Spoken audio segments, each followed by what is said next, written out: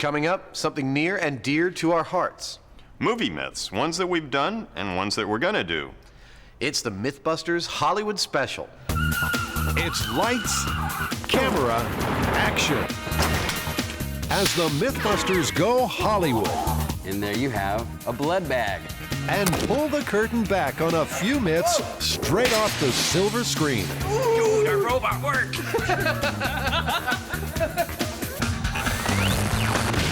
Who are the MythBusters? Adam Savage I reject your reality and substitute my own. and Jamie Heineman. I kind of like it in here. It's private. Between them, more than 30 years special effects experience. That was intense. They don't just tell the myths, they put them to the test.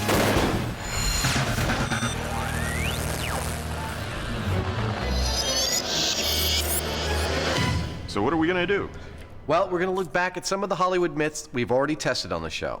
And with the help of our build team, we're gonna put some of the Hollywood staples that we haven't yet done to the test.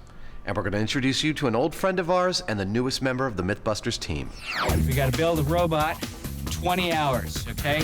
The robot's got to shoot projectiles and breathe flames. I'm Grant Imahara. I've been in the visual effects industry for about 9 years now.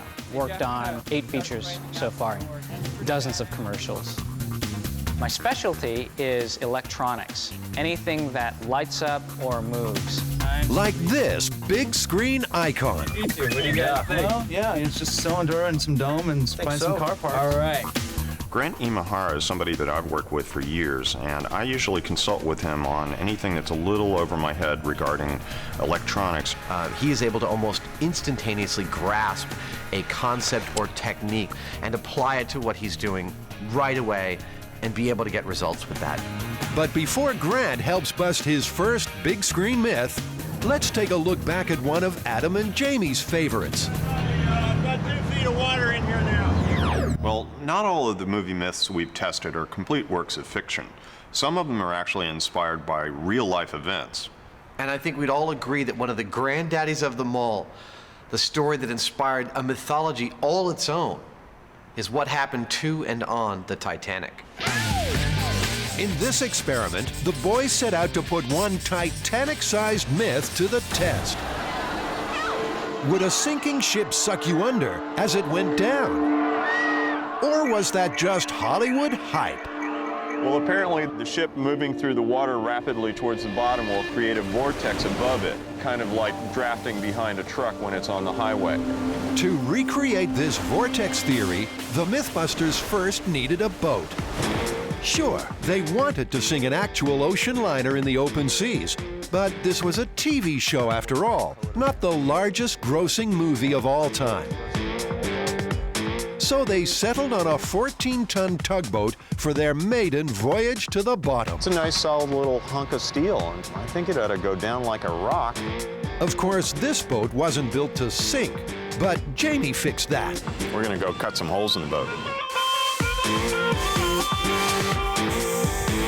An inspired name change was made, the ill-fated vessel launched, and the anxious passengers loaded. The moment of truth. They're only opening one valve. I've got 2 feet of water in here now. Okay, be careful. It might roll and you get caught. It's gonna roll, guys. Yeah, it's gonna go this way. There you go. Better be careful.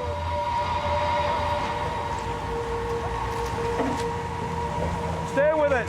Stay with it. There you go. Whoa! Did it suck you down, didn't it? I didn't see nobody get sucked in. No suction. No suction at all. I mean, I could not have been more central to the boat where it went down. I sat on it, the entire boat just dropped underneath me, and I hit the water, my neck hit the water, and I never went any lower. So I say let's get this puppy back up and call it a day. I need a drink. So the Titanic myth? Well, it went down with the ship.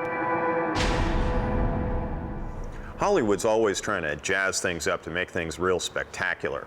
But sometimes when we get into a myth, The truth actually turns out to be stranger than fiction. Like our Alcatraz escape. The spoon proves mightier than the bars at supposedly escape-proof Alcatraz prison. Alcatraz, the most notorious prison in the entire U.S.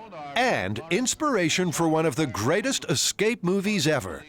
But did the real-life escapees, Frank Morris and the Anglin brothers, really pull it off? The escape triggered the greatest manhunt in San Francisco's history, as agents of the FBI, Coast Guardsmen, Highway Patrol, sheriff's deputies, and local police join in the search. To separate fact from Hollywood fiction, the MythBusters broke in to break out. Welcome to the Rock.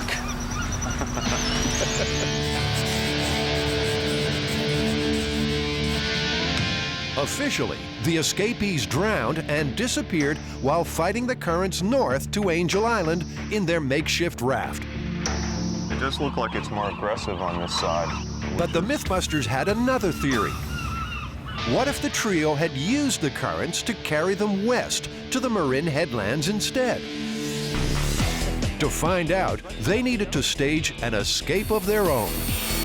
So, based on the FBI files, they built replicas of the prisoners' paddles. One prison escape paddle. And a raincoat raft. That's a boat. I'm really impressed with these prison guys. And set sail for destiny. I'll go in first. You go, Jamie. It's all you, buddy. Oh, Jamie, you're the man, baby. Oh. Intern Will Abbott played Frank Morris. Oh, yeah. Okay, I'll take that. I got it. I got one paddle. Okay, we're off. We're escaping!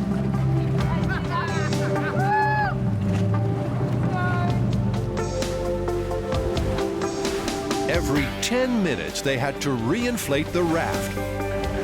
But the MythBusters made it, paddling a raincoat raft more than 3 miles through the bay's treacherous tides. This is so cool! Making landfall just east of the Golden Gate Bridge. We made it! Neither the media nor the movie provided a definitive answer as to the escapees' fate. Beautiful, man. Good job, guys. Good job. But the MythBusters knew one thing for sure. We know that it could have been done, which is cool.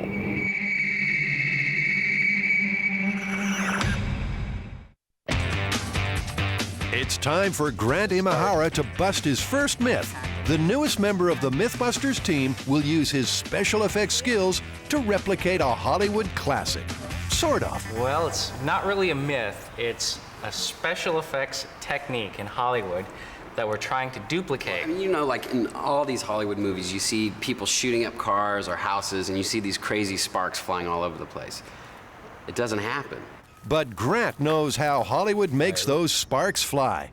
They load paintballs with real charges, known as spark In loads. Hollywood, they have a custom plastic shell. Comes in 2 halves, male and female, and you put all your stuff in, put them together, and glue around the seam. Sounds easy enough, but can the build team replicate the effect using ordinary fireworks for their own amateur movie? We have 4 different types of kind of fireworks that we're going to be playing with. We got sparklers. These are the fun snaps. You just throw them down and the friction lights them off. Those are good. Dance, Belachi, dance, dance! Now these are probably one of my favorites. You just pull the string and they pop. Now, this is dangerous, so don't try it yourself. Tori dissects the string poppers. Grant shaves the sparklers. And Carrie unravels the fun snaps. MythBusters have made projectiles before, right? Oh, yes, several times. Like the ice bullet. Here's your ammo. This is ballistic H2O. It's an ice projectile, velocity of 3,000 feet per second, and an accuracy of up to 500 yards. No exit wound. The bullet's gonna melt inside the target. Ice projectiles. In the action thriller Most Wanted, a bullet made of ice killed the First Lady cold.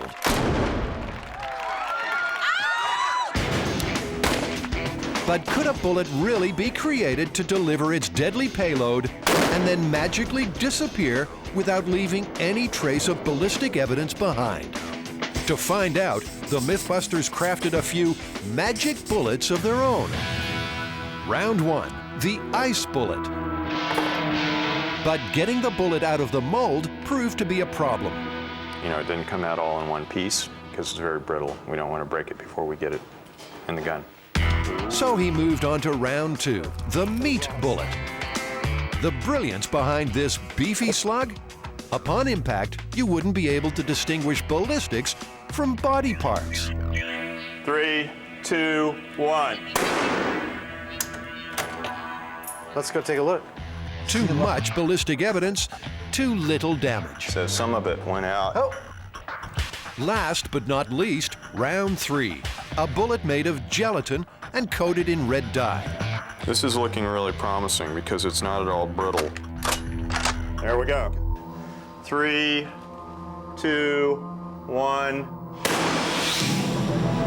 It was a bigger boom. But still, no payoff. It went in about an inch. It appeared that any substance capable of melting inside a human body was simply too fragile to do much damage. Another Hollywood myth was shot down. Things are heating up nicely for the build team. Directly into the capsules.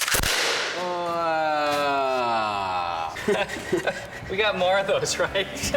They're filling paintballs with fireworks to demonstrate how Hollywood makes ricocheting bullets spark, something that doesn't happen in real life. Yep. This is a 5-pop snap spark ball. What could possibly go wrong? Ready? How about too much pressure in the paintball gun? I think it went off in the barrel. Yep. Because all I saw was flash as char coming out. I mean, we're using low-grade Chinatown pop snaps and sparklers. I think that maybe, since we've already taken it down to this level, we could just throw them. Okay. Maybe that's how they do it in Hollywood. Really? Not really. Grant really wants that gun to work, and after a little tinkering,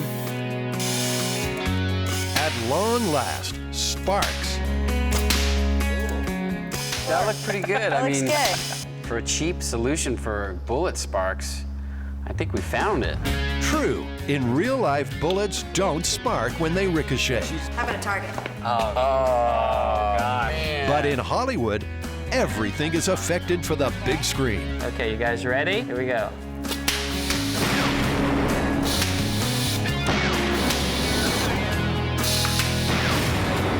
That's how they do it in Hollywood?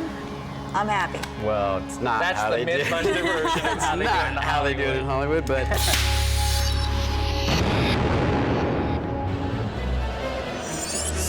You know, Hollywood's given us an awful lot of myths, and a lot of them involve what I'd call faulty physics.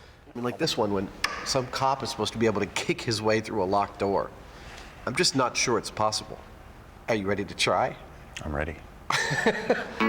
We've got the 4 locks here. We've got your hotel chain, your hotel bar, your basic deadbolt, and then the doorknob lock, which is probably the weakest of all. I was thinking we start with all 4 and then slowly remove them, and then we'll see if we can get through. Okay. We may blow the whole home security thing wide open here. Earlier, the build team framed this solid core wood door to code. It's not pretty, but it's built to last. So, big guy, test number 1, all 4 locks. Okay.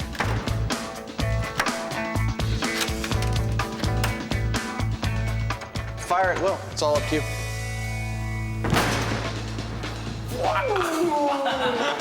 Do I get another try? You're a madman. Nice work. Busted shoulder. I think I'm going to have a bruise. Really? And a busted door. Well, you've split the whole wooden jam right down the middle, right at the deadbolt. Kind of looks like I'm going to make it through it, doesn't it? Well, I wonder what's going to happen with these two. I don't think those are going to hold you back. We're going to wait for Jamie to build his chi back up again. And then he's going to make a second run at the very same door, unaltered from the first test, to see if after a couple of pounds he can get all the way through the door. The physics that we're dealing with aren't as faulty and as far-fetched as we originally thought. Unlike some of the other stories that we've done, like Rear Axle. In the film American Graffiti, some wily teenagers played a prank on an unsuspecting police officer by looping a cable around a pole and attaching it to his rear axle. Our very own overgrown teenagers wanted to see if they could pull the prank off too. So they borrowed a replica police cruiser, rigged it with a remote control, and lashed 75 feet of steel cable. So I'm going to drop it about 4 feet from the pole over here and assemble it to a sturdy anchor on one end. Here we go. And the rear axle on the other. Yeah. Isn't television glamorous? All right. Wired and ready. Get ready to goose the throttle. Our police car was off in hot pursuit. But no cable slowed him down. That's spectacular. I should point out that the cable has a braking load of 15,000 pounds. Big cable, bigger than even I thought was the one used in the movie. Still snapped. It's a standard Ford chassis, not dissimilar at all from what they had back then. I would say right there, myth busted. And speaking of busted, Jamie still has to bust Hollywood's busting the door down myth. Is your chi ready? Will he get all the way through on round 2? Or round 3? Wait. You've actually split the framework of the door here. Cool. I don't know what to say, actually. I'm kind of shocked. It's plain old physics, you know. You get 185 pounds going fairly fast at a piece of wood and metal that's like this big. And it actually makes sense now that I've done it. We started out with 4 locks. The only thing left is the hotel lock here, which we can see the screws are already pulling out, and then the measly little girly man chain lock. And that's it. I'm guessing, 1 or 2 more tries might get me through.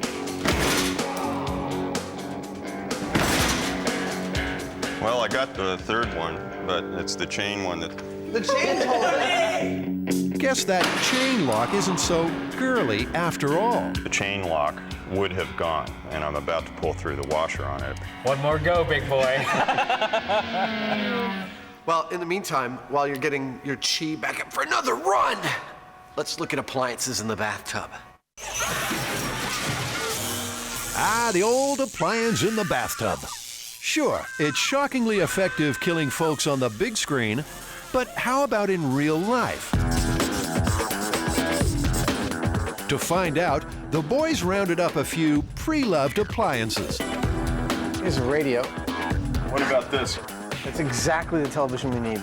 They'll soak in Tori's test tub back at the shop. But unlike your ordinary tub, this one had an electric current flowing through it. This is an amp reader. The ground is going to go through that so we can read our amps. And a bather made from ballistics gel. I think we're good. Let's do it. If the current passing through the heart hit 6 milliamps and the flash pot triggered, they knew their bather was cooked. 3, 2. That was cool. Is that good? First up, or should we say in, was the hairdryer. All right, give me the countdown, baby. Okay, and 5, 4, 3, 2, 1, drop. What are you reading, Jamie? I'm seeing 8.5 milliamps here across the heart. This one is dead as a dodo. Well over the threshold. Next up, toaster. What?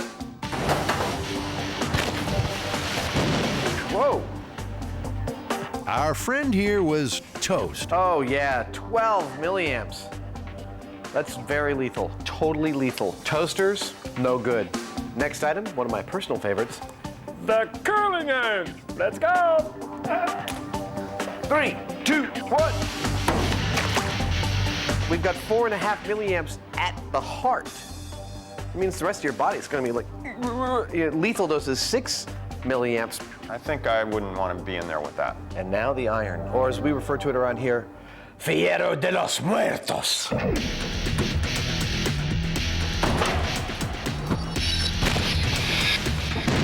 Wow, that's the highest spike yet. We got 32 milliamps. This thing is literally pumping death into our subject here. 32 milliamps. That was more than 5 times the lethal limit. Big spike. That'd be huge. You'd be toast. You'd fry. You'd boil.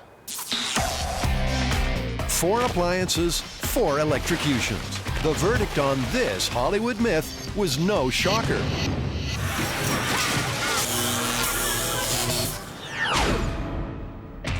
In 3 attempts at busting down their test door, Jamie's not only destroyed 3 of the 4 locks, he's pretty much left the door in splinters.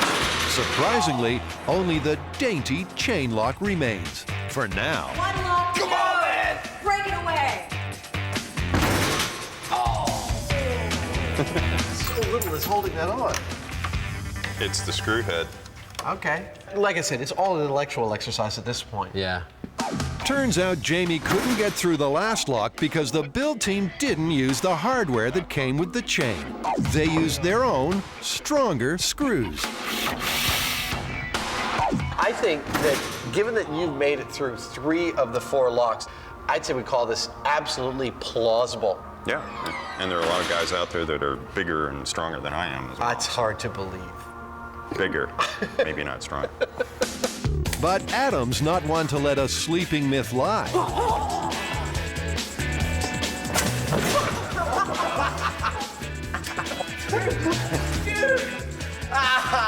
The pad screwed me. Better just wrap this one up before anyone else gets hurt. I'm fine, really. Today we're actually testing a pretty cool myth. We're going to work on the Tin Man myth from The Wizard of Oz, 1939 movie version, that is.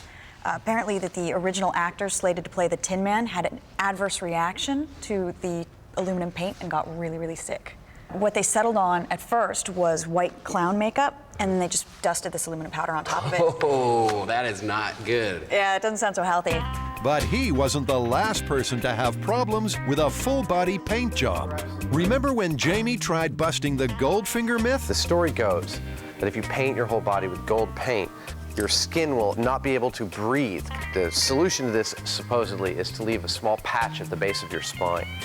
140 over 110 on that arm. So that means my blood pressure had elevated? Yeah. I feel like I'm basically about to become ill. I could say it's almost like I'm a little lightheaded, and I feel. Let's get that off you then. Okay. That myth was busted. Jamie recovered. And with a modified paint job, the next actor to play the Tin Man pulled off his role without a hitch. And then they changed over with the new actor, Jack Haley, and they made an aluminum paste so you don't have all that airborne dust getting inhaled. But how would Carrie do? Only one way to find out. She slips into something a bit more comfortable. Are you ready, Carrie? And with paramedics standing by. All right. Do you want to show us how to mix up the paint? Yeah. It's off to see the wizard. The Wizard of Alchemy, that is. You open up this little jar. It is strictly aluminum powder. It's a really fine metallic dust. Looks like liquid mercury. Oh, that's Cool.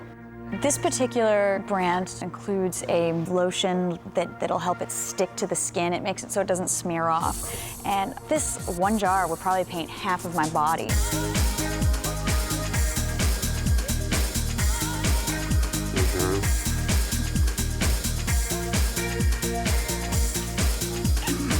All right.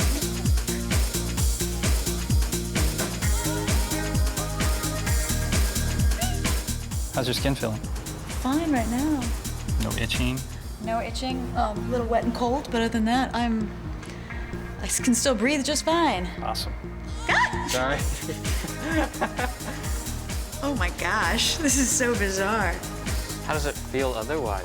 Can you feel like a coating on your skin? A little bit. It feels a little bit sticky, but it's really not bad. It's not thick. It's sort of just like a Just like a thin coat. Let's take a break from Tin Woman Carrie and look back at another star-studded metallic myth. Now, here was a myth Adam and Jamie could really sink their teeth into. Was it possible to receive radio transmissions through the fillings in your mouth? America's queen of comedy, Hey, what am I gonna get, a kiss or a quart of milk? Lucille Ball, believed it was. I had some dental work to be done. You know, they put in temporary fillings. I was just driving along, and a road that I'd taken many times, and all of a sudden, I heard music. But I mean, with a great beat, you know, and I looked down to turn off my radio, and it wasn't on. And the music was getting louder and louder and louder, and I realized it was in my mouth. And it was beating in my ears. I could hear the tune and everything. I recognized the tune. One theory behind Lucy's remarkable reception was that if her fillings were made from different metals, they may have acted as a point contact diode. I recognized the tune. That's when two metals combined to capture radio frequency. That's a grody-looking skull. To see if they could tune into this myth for themselves, the guys fitted a skull with two different types of fillings. Those are very dried-out teeth. One amalgam, the other gold. That is real gold foil. Then they connected a voltmeter to monitor any change in electrical activity across the fillings. Let's do it. And with the help of electrical engineer Frank Hausman, channeled several radio frequencies into the molars. Now, as I sweep the RF field in that chamber, there's no change in the teeth. The voltmeter didn't flicker. So if the teeth were acting as a diode, which is one of the theories about how they might pick up radio, we would see a change in voltage, but we didn't. Adam, is the myth true or false? I think definitively we've shown that two different types of fillings do not act as a rudimentary radio crystal. It's busted. Okay, we'll call it busted. Back in Oz, Tin Woman Carrie's metallic makeover is almost done. How about breaking out in a rash? Look up.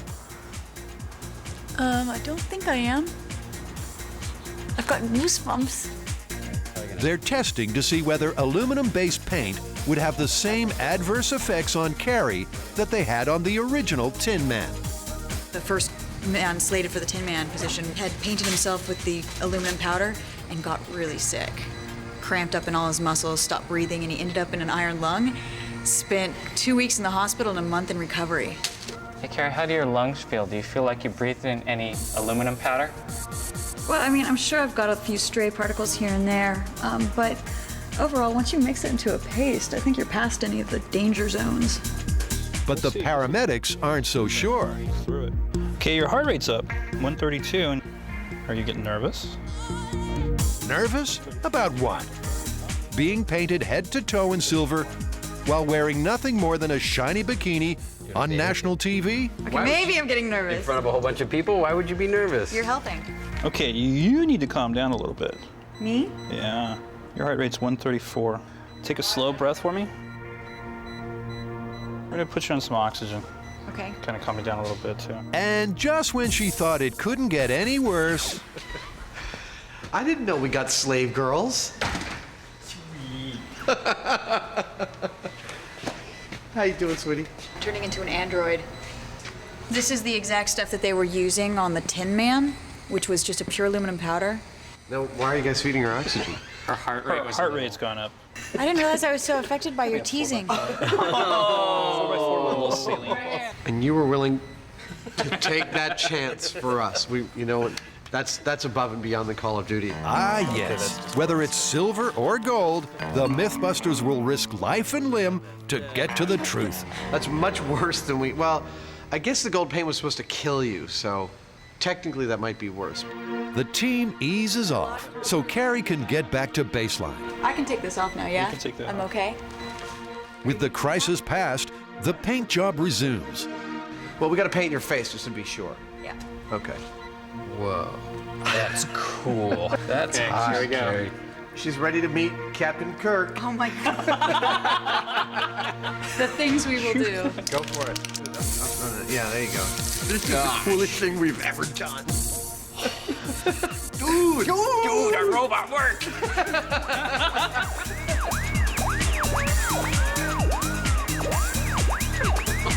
So how long do I have to be in this getup before we consider it a conclusive scientific experiment? You have to stand there for 1 hour, starting now. What am I gonna do for an hour like this? I'm not gonna be working with the tools or nothing. After a quick nap and a clean bill of health, Well, Carrie, vitals are all good. Carrie was no worse for wear from her silver lining. So how do you feel? Well rested. I had a little nap. I notice you're alive. I'm alive. I'm breathing well.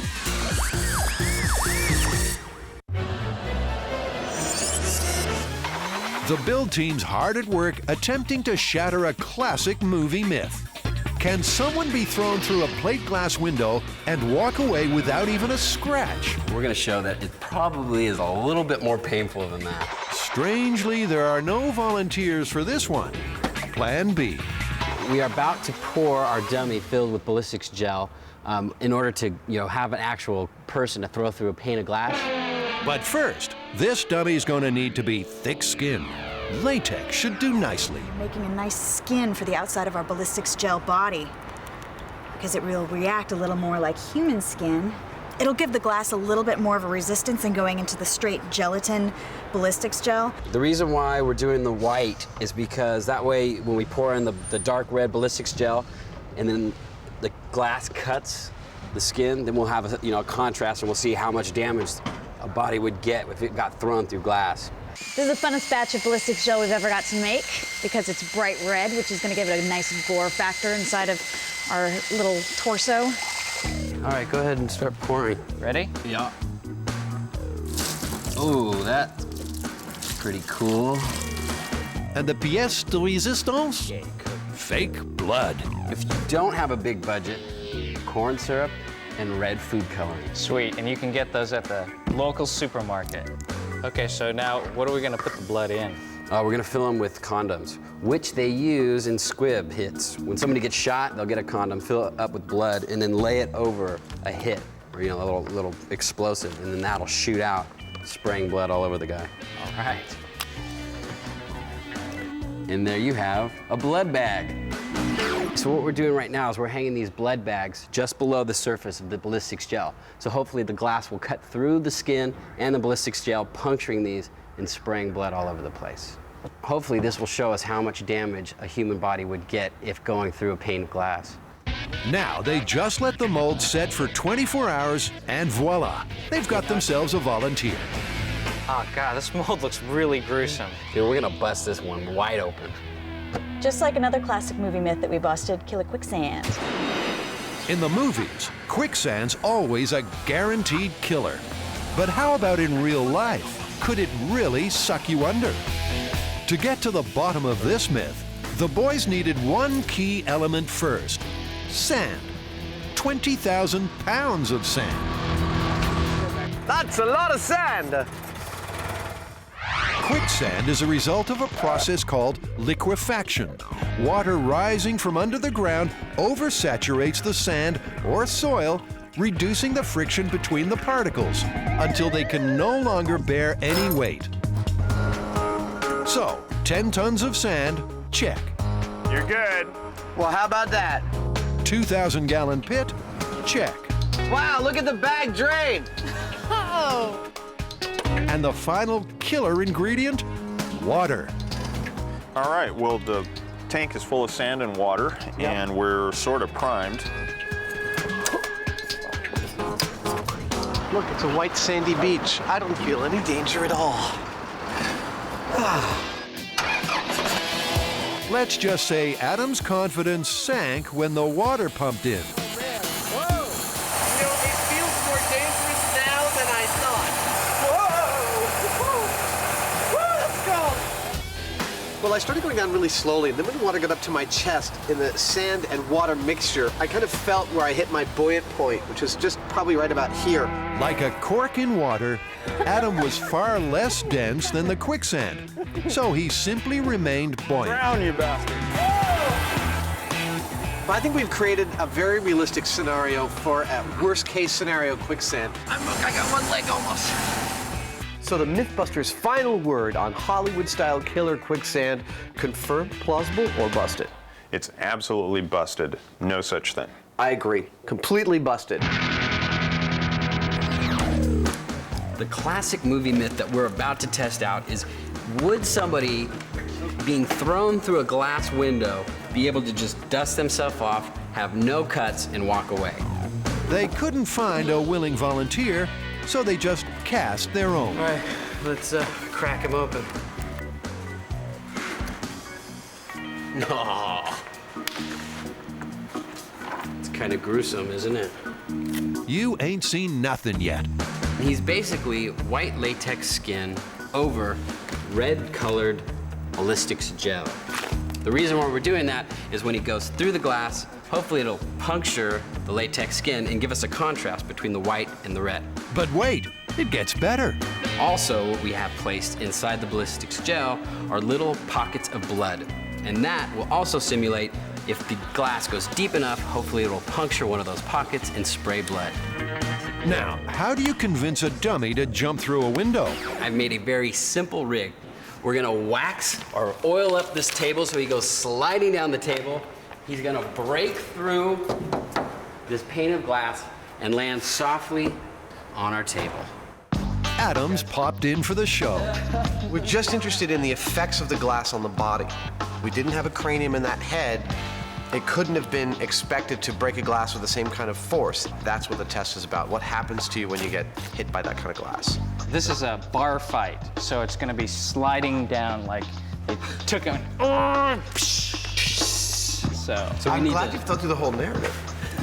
All right, here we go. Okay, everybody. Okay, 5, 4, 3, 2, 1, go!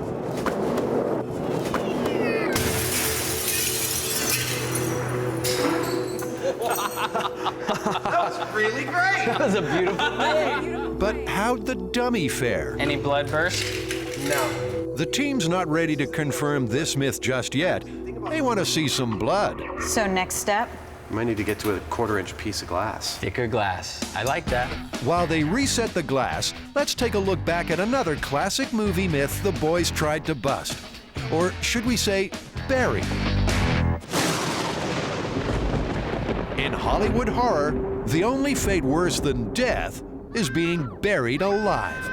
But how long could someone survive the confines of a coffin 6 feet under? To find out, the MythBusters buried one of their own. I don't know if I'm gonna like this too much. What wasn't to like? A sturdy 20-gauge steel casket, an above-ground burial chamber, several tons of dirt, a team of paramedics, and as an extra precaution, a night vision camera and an emergency supply of oxygen. I'm a little apprehensive at the moment. I'm hoping that the box won't collapse, but I think it'll be all right. You ready, Jamie? Farewell, cruel world. Bye-bye, Heine man.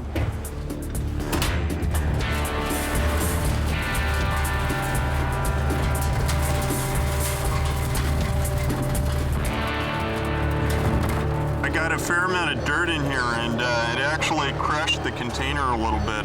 Roger that. Are you nervous about it? Over. No, I think I'm fine. It definitely had an effect on the casket, though. But the weight of the world wasn't Jamie's only pressing concern. He also had to worry about the buildup of deadly CO2 gas. Oxygen levels? Oxygen, he's at 98%. I imagine my heart's beating a little faster than it was on the test, over.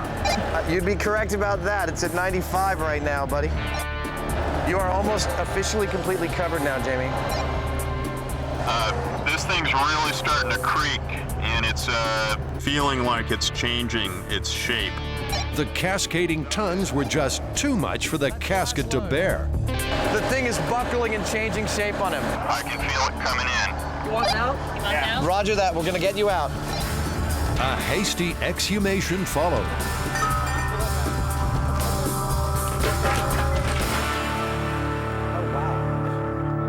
Yeah, it buckled. Here we go. Hey, Jamie. Hey. Oh. And he's still alive. Did it? It was just sitting there going. After 30 minutes underground, too much weight, not too little air, caused the boys to kill the experiment. This Hollywood myth was laid to rest. I don't think it's possible for someone to survive a couple of hours in the panic state of being buried with their coffin crushing and all of that stuff, let alone a couple of days until they're exhumed and found to be alive. That's just patently ridiculous to me. Well, there you go. Myth busted. Back at the workshop, the build team sets up for another go at shattering a classic movie myth. Can you jump through a plate glass window unscathed? Their dummy's first flight through an 1/8 of an inch pane proved the myth plausible, but garnered unspectacular results. So they're modifying the experiment Oh my God.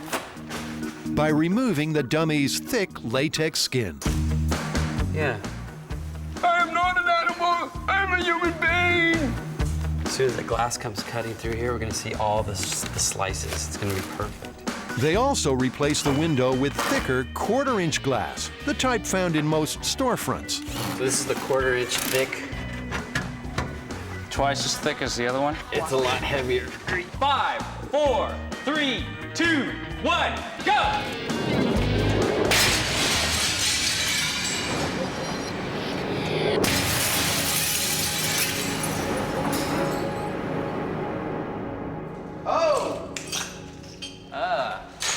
Dude, Break out the Band-Aids. look at this. He's taken a massive amount of scraping here. Whoa, whoa, it's bigger than just small. Yeah. That's pretty deep. Look at that. Yeah. That's gonna take a few stitches. I mean, this guy's This is sustained definitely- lacerations on a whole bunch of different parts of his anatomy. Yeah. I think And he look at took a this. You fair got this amount of big scrape right here. Look at that. So, the Hollywood myth that you could plow through a storefront plate glass window, dust yourself off on the other side, and keep on running without any damage to yourself, busted, plausible, or confirmed? Busted for sure. Busted, definitely. Look how deep these cuts are. Yeah, I'd agree. He sustained a hell of a lot of damage on that trip. You know, people have come to expect really big explosions when they go to the movies. They've become a mainstay of Hollywood films. Yeah, they paid their $10 and they want to see a big boom. Just like Jamie does.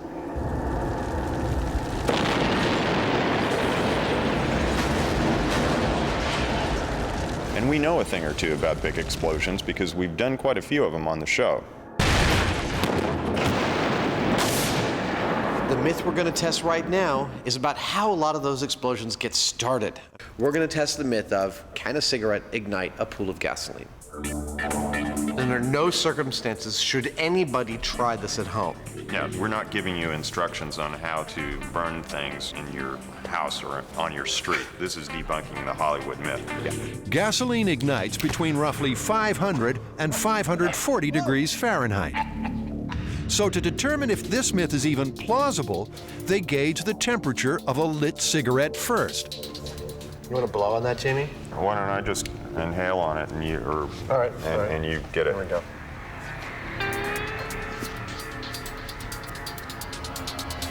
I'm getting about 450, 500 degrees. Just in range. Time to pour. All right, here we go. I am the villain. Aha! My plan is foiled! Not exactly the Hollywood result they were hoping for. While the team works out the kinks, let's revisit another volatile myth. The classic Hollywood myth usually involves a car, doesn't it, for a big explosion? Yeah, like the exploding gas tank that we did. Will shooting bullets at the gas tank actually make it blow up? That's the one.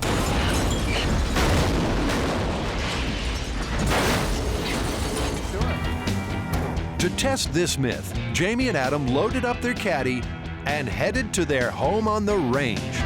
That's fired.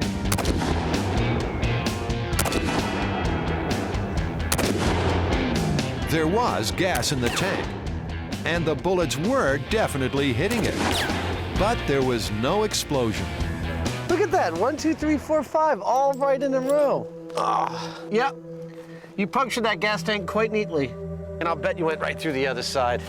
Hole of 3. Jamie's rounds went clear through. Yeah, there's one that's right out the bottom there. Ah, so you're right. This Hollywood myth was shot. In another attempt at a gratuitous explosion, they wired the barrels of 2 cement trucks. Well, I got a 1-pound black powder bomb. To test whether explosives could remove old, hardened concrete from inside the mixers. I love this job. Without blowing up the trucks entirely. I want to blow that one up. The first truck was filled almost completely with rock-solid cement. There's a slab of concrete in there that's 3.5, 4 feet thick. While the second had only a thin coating. It's like a good 1-inch, half-inch cake on all the fins. The honors went to Twister 1. Blast danger! Clear the area! Blast danger! 3, 2, 1.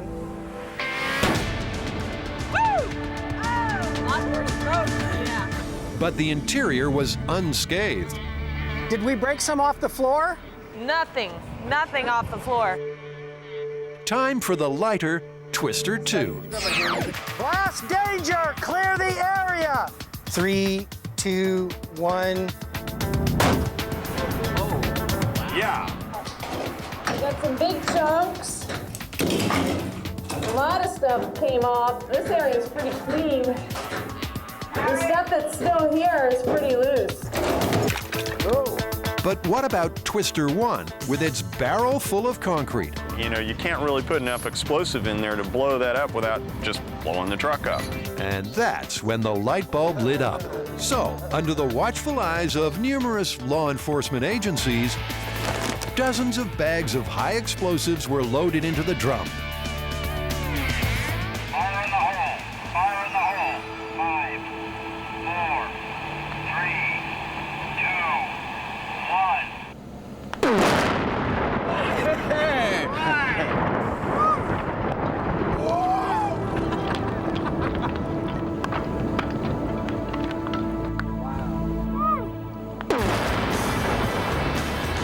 Finally, the MythBusters got what they came for. Talk about removing concrete. There is no concrete, there's no truck, there's no nothing. Having failed to ignite a gasoline trail like they do in the movies with the toss of a lit cigarette, the boys modify their experiment.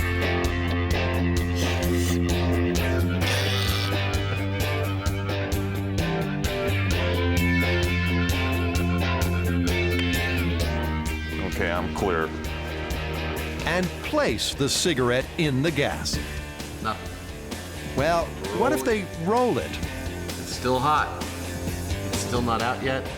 Nothing's happened. Well, it seems that an ember isn't pulling in as much oxygen as an open flame, so maybe that has something to do with it. I think you're probably right about that. So, myth busted? So the reality of this is that it is highly unlikely that you will be able to ignite gasoline on the ground with a cigarette. But theoretically, it's possible. We know the temperature that gasoline needs to ignite at from a cigarette. We've got that data, but I can't make it do it. Right.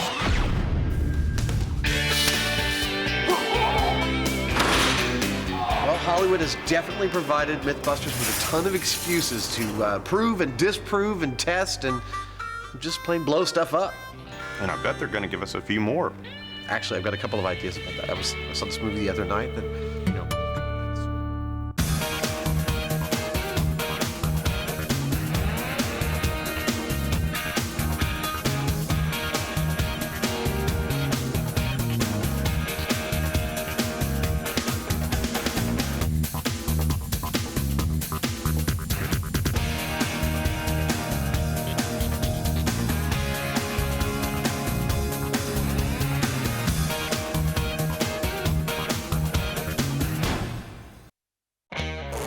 On this episode of MythBusters.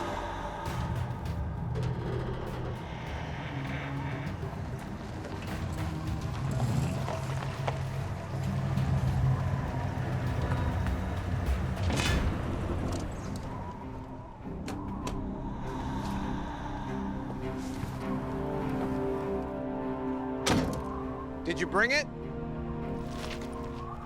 Yeah, we brought it.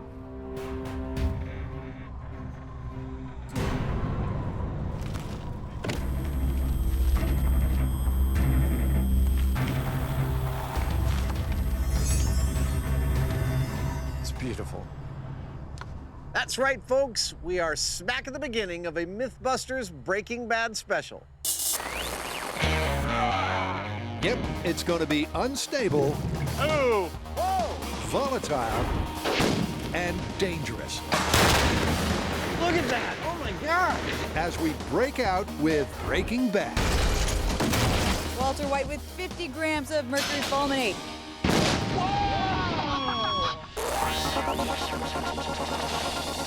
Who are the MythBusters?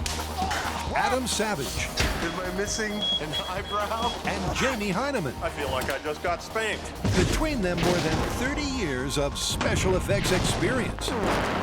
Together with Grant Imahara. Somebody order an explosion? Carrie Byron. Science gets more fun when I get a bigger gun. And Tori Malachi. Say hello to our little friend. They don't just tell the myths, they put them to the test.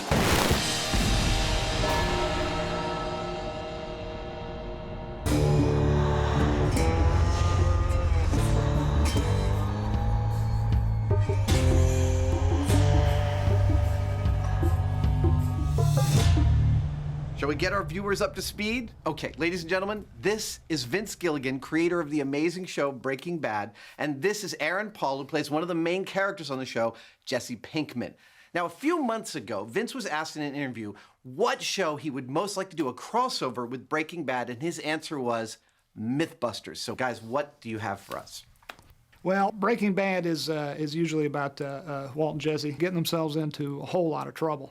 And typically it's science that bails them out. But, you know, we've been getting a lot of grief whether or not that science is actually scientifically accurate. And we're here hoping you can separate Breaking Bad fact from fiction.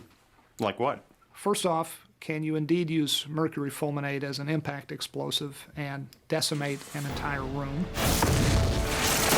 Nice. And two, can you dissolve through a bath, the floor, and ceiling just by filling up the tub with hydrofluoric acid?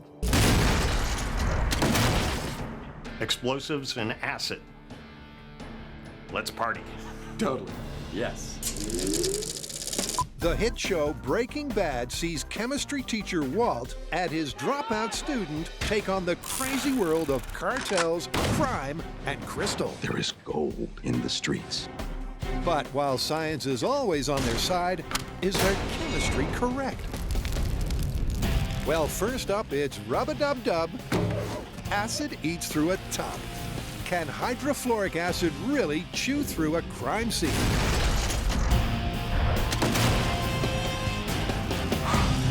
And for this acid test, what's the plan? Clearly, we should start in small scale with, I think, small samples of each of the substances the acid's supposed to have eaten through, like ceramic for the bath, steel for the gun, pig bone and pig flesh for the body, and wood for the floor, and see if the acid actually reacts with it. And if it can, then you'll ramp up to full scale. We're gonna ramp it up to full scale no matter what, but yes, exactly. Well, there's one thing you guys need to remember. HF is really, really dangerous. Yeah, that's an understatement. We're going to really have to lock down our safety procedures. Good luck. Yeah, good luck. If we're gonna test the corrosive power of hydrofluoric acid in a bathroom, we're gonna need to gather the materials that would occur in a bathroom in order to test each one. That means I'm gonna cut some stuff up. Adam's breaking down the bathroom into its elements. Because supposedly the hydrofluoric acid burned through the organic matter, the bathtub, the floor, and the ceiling. Ceramic tile, wood, linoleum, steel. Perfect. And for the final piece of the puzzle, the cast iron tub, Adam breaks out the heavy machinery. The right tool for the right job.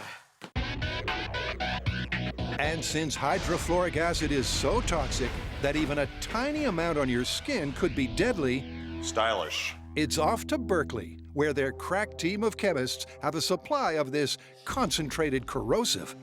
Now, in the actual program, Walt describes hydrofluoric acid as being capable of dissolving metal, rock, glass, and ceramic, all materials commonly findable in an average bathroom. We've added a couple of others, plus our favorite human analog, pig, and we're going to introduce them to some hydrofluoric acid and see what happens. All right, so I'm going to go ahead and load these with 100 mils of hydrofluoric acid. Eric the chemist carefully pours the acid. Oh, there's the meat. It's not bubbling up right away, though, is it? No. Or smoking. Making sure that all the samples receive exactly 100 mils. Well, now the most crucial aspect of any experiment. Waiting. Yep. It's unclear in the episode just how long the body spends submerged in hydrofluoric acid in the bathtub. So in order to give our samples the best chance of dissolving, we're going to give them a good long while before we come back and see what happened. And after an 8-hour soak in their acid bath, according to Breaking Bad, there should be nothing left, right? Let's see what we got. It's all still there. It is all still there. To the naked eye, the results are underwhelming. All right, I'm going to start with steel. And to the metal tongues, they're not much better. Some residue on the bottom there, but it seems completely unaffected by the acid. Yeah. The steel is still intact, and so is the linoleum and the wood. It seems like it's pretty much unaffected. But the drywall is a different matter. Oh, the drywall is just a soggy, soupy mush.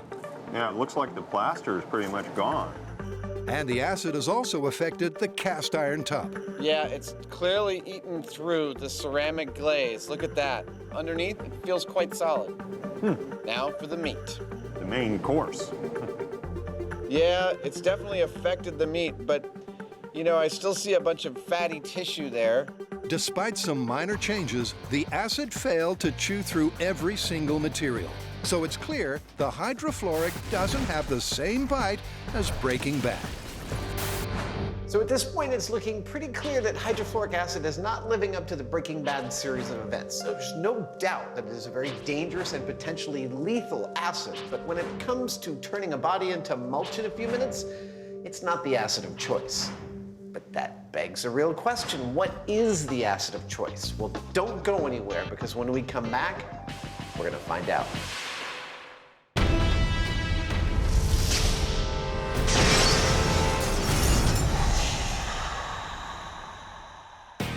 Next, Carrie, Tori, and Grant are throwing down the gauntlet. All right, Carrie, what's with the hazmat suit? We have a classic from season 1 of Breaking Bad.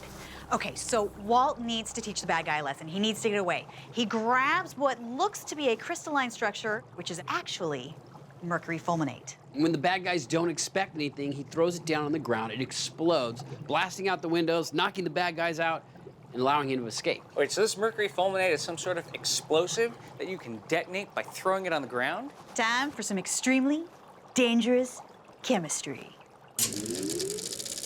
This is not meth.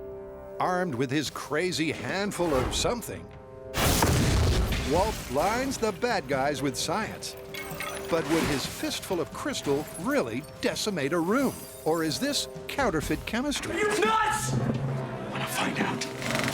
All right, so Mercury Fulminate is not exactly easy to get. So what is that? Are we done? No. Luckily, we found a guy who is licensed to make this stuff. And oddly enough, his name is Jesse. Now, he has agreed to make us some. However, we have to do it in a remote location. Why? Because it's so nasty that if you're making it, you want to be out in the middle of nowhere. Yeah, and given that we know so little about this explosive, I say we go out to the remote location and do some explosives tests just to see what it does. I like it. A little Mercury Fulminate 101. So it's off to the quarry to get to know Walt's weapon of choice. Man, this place has seen a lot of explosions. Fire!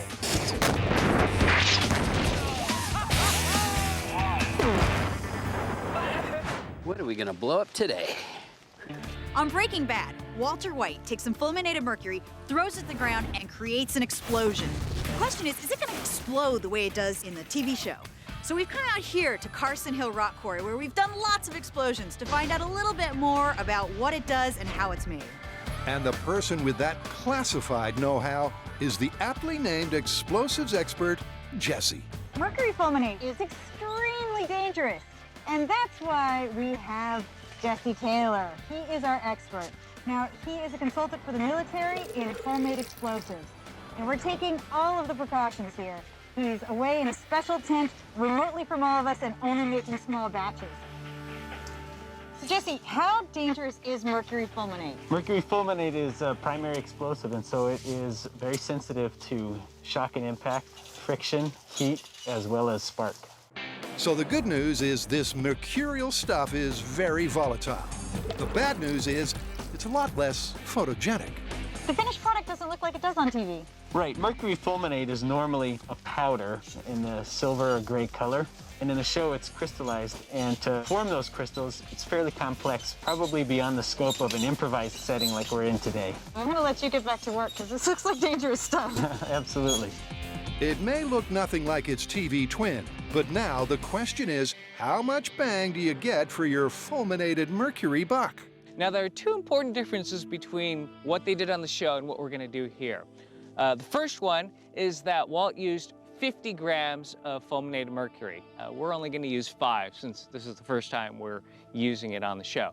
And the second thing is that in order to activate it, he actually threw it on the floor. For this, we're going to use something a bit more controlled. This is a squib, and oh yeah, one more thing, we're going to put it inside of a pumpkin. Why a pumpkin? Well, to find out if this explosive bears fruit.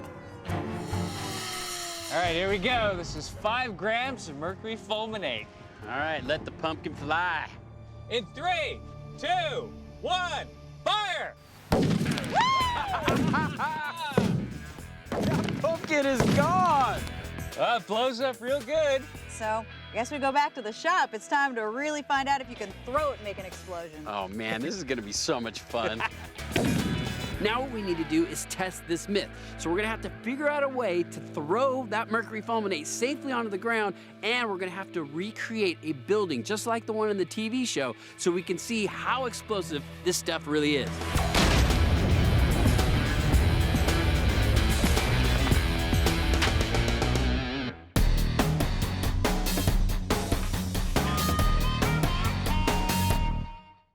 Yo, I'm Jesse Pinkman, and it's time to science this biatch up. The MythBusters are breaking bad, scrutinizing their science and checking their chemistry. So could hydrofluoric acid really burn a hole through your bathroom? Well, the body of evidence says no. There's been some activity here, but it's not soup. Why? Well, here's Adam on acid. All right, kids, time for a little lesson in acid chemistry. Editors, please give me a periodic table right there. Awesome. Now, let's highlight the halogens: fluorine, chlorine, bromine, iodine, and astatine. What's interesting to us about these 5 elements is their reactivity. The lower their atomic number, the more reactive they are. That means bromine is more reactive than iodine, chlorine more reactive than bromine, and fluorine reacts with nearly every known substance. Now, on to acids. Thank you. Hydrogen creates an acid with each of the halogens, and you would be very reasonable to expect that the reactivity of the halogen would correspond directly to how caustic the acid that it makes with hydrogen would be. But you'd be wrong in the case of hydrofluoric acid, and it's because of the central bond in hydrofluoric acid, that bond between hydrogen and fluorine. See, these acids work by releasing hydrogen atoms in the reaction, and because that bond between hydrogen and fluorine is so strong, it doesn't ever want to let go, hydrofluoric acid is a less powerful acid than its brethren. Lesson out. Hydrofluoric acid may not have the right bite, but Jamie has found something that does. According to our experts at Berkeley Labs, that would be almost pure sulfuric acid, along with one other ingredient, which we will refer to as our special sauce, because we're not actually in the business of showing people how to dispose of bodies. Let's just say it turbocharges sulfuric acid. The hydrofluoric acid didn't dissolve the organic matter, the bath, the floor, or the ceiling. But Jamie's so confident that this special sauce solution they're going full scale for this chemical catastrophe. In order to work with acid, you need a location that's in the middle of nowhere, and that's where we've come. One of our favorite locations, the Waste Management Altamont Landfill in Livermore, California. Down there in that bowl where Jamie's standing, that's ground zero. In this rectangle, there's going to be a hole. In that hole, there's going to be a tank, and that tank is where all the nastiness is going to fall if it burns through the tub and the floor. I would have gotten there eventually. That way, it'll be safely contained. Safely contained and unable to fall through the cracks. And it's fully in place. The bath that goes under our bath, made of cross-linked, high-density polyethylene. And above that goes their elevated bathroom, built, of course, to code. One tub of death. So this is our mocked-up bathroom, and we've got a floor built to spec. We have a cast-iron bathtub. We even have a faux tile wall behind it. But since this special sauce mix we're going to be pouring in the tub is about the nastiest stuff known to man, if you're talking acids, we're going to have to take some special precautions to do it safely. To that end, we've employed the help of Delta Tech Services. These guys are a hazardous materials cleanup company, and they've brought every toy in their arsenal to help us out. They've got tanks of water and sprayers to hose us down. They've got eye wash stations. They even have fire extinguishers in case we happen to be on fire. Well, that's the worst case scenario taken care of. And now, to break out the bad. It's time to meet the dangerous stuff. In these 2 bottles, nearly pure solution of sulfuric acid. But we make it even stronger by adding this, a 30% solution of our special sauce. The 2 of these together, hopefully, will get ugly. And in here is 35 pounds of dirty drug dealer's swine, and he's about to take a bath. Time to suit up. Let's do it. With the guys hazmated up, it's time for the pig to take a bath. Oh, hello, little guy. Oh, man. Let's get the acid. But for our drug-dealing swine, the toxic trouble just got deeper. In the clip, we only ever see Jesse pouring 2 gallons of acid onto the body in the bathtub. Kind of spooky. We're protected, but this stuff could cause us some serious harm right now. But to make triply sure that we're totally covered in this experiment, we're using 3 times that much. Yep, and once the pig is sleeping in the sulfuric, enter the special sauce. You ready? Yeah. Here we go. Special sauce going in. Careful about splashing. Smoking coming up. Okay. Okay. Shall we retreat to our video cave? Yep. Okay. Come with us.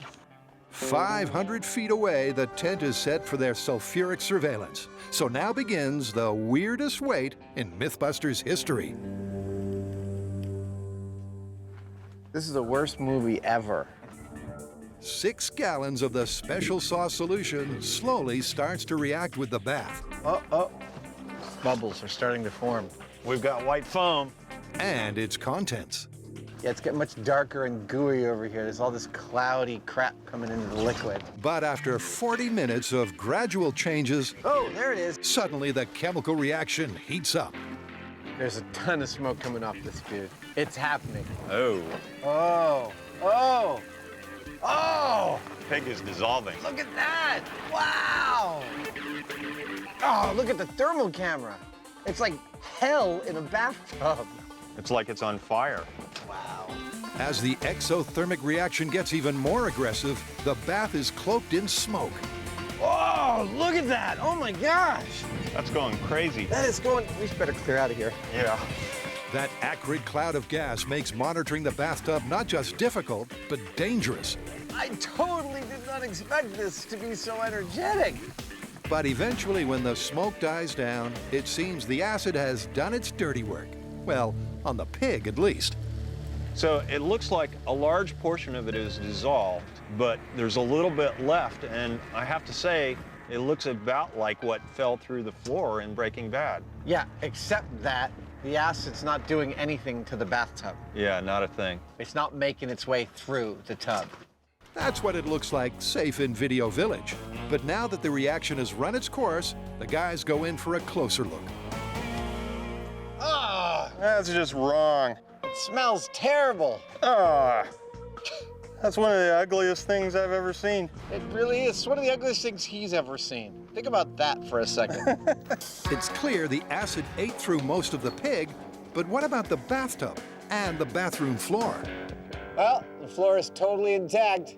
No tubs coming through there. Yep. So as the plug is pulled and the experts drain the remains, it seems this myth is sunk. That mixture that's in the tub is sort of like poorly cooked baby back ribs floating in a chocolate sauce if that chocolate sauce was produced by Satan during his morning constitutional. I think we all understand what I mean by that. But said mixture still was not powerful enough to eat through the tub and through the floor. What can we say about the Breaking Bad story? It's not looking very good at this point. What do you think? 3 times the amount of acid we saw in Breaking Bad still didn't burn through the tub. Well, you know, there's a lot more room in that tub. I think we should talk to Vince about it. All right. Still pretty cool. Carrie, Tori, and Grant are testing this Fulminate fling. Fire! Could Walt throw down Mercury Fulminate, blow up a room, and get out unharmed? Well, the show's creator and star have their own initial analysis. So Carrie, Tori, and Grant managed to find a real-life chemist named Jesse who works in a trailer and is a genius at making the best illegal chemicals. Wouldn't you say that's life imitating art? Yeah, a little bit. You know, they got the big boom, right? But their Jesse said it's really difficult to make mercury fulminate into a crystal-like chunk. I know, that stuff looked like dirty Play-Doh or something. Yeah, it didn't look as cool as ours. So maybe, does that mean that their Jesse isn't as badass as our Jesse? Yes, that's exactly what it means. Badass or not, it's time to get this throw on the road. So the MythBusters have cooked up a plan. Now that we know what the mercury fulminate can do, a couple of builds need to happen so we can test the myth. First of all, Grant needs to build a throwing robot because this stuff is way too dangerous to throw ourselves. Secondly, we need to set the scene. So Tori and I, we're gonna build a room. All right, Carrie, you ready to build these walls? Oh yeah, I'm ready. Yep, and while Tori and Carrie get all Breaking Bad with a building time-lapse, and then get creative with some graffiti, M7, yo. Grant's getting all, well, Grant, designing a throwing robot. First things first, it needs to withstand a large blast, so that's gonna mean a steel frame. The power is gonna be provided by an air cylinder that pulls down on a roller chain that rotates the arm, the mercury fulminate, hopefully hit the ground and then explode. The plan is crystal clear. So now to get those cylinders firing. First up is the explosion-proof heavy metal frame. The trick with robots is you gotta talk to them nicely. And here's my negotiator. See? And with the axle in place, the robot gets its all-important throwing arm. See, this is the best part. So once the arm goes on, this hunk of metal starts to look like something. It's like I'm giving it life. It's alive! Alive!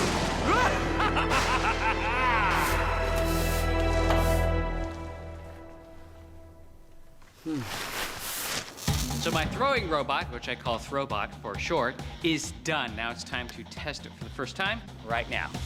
In 3, 2, 1. Yes! That's pretty good.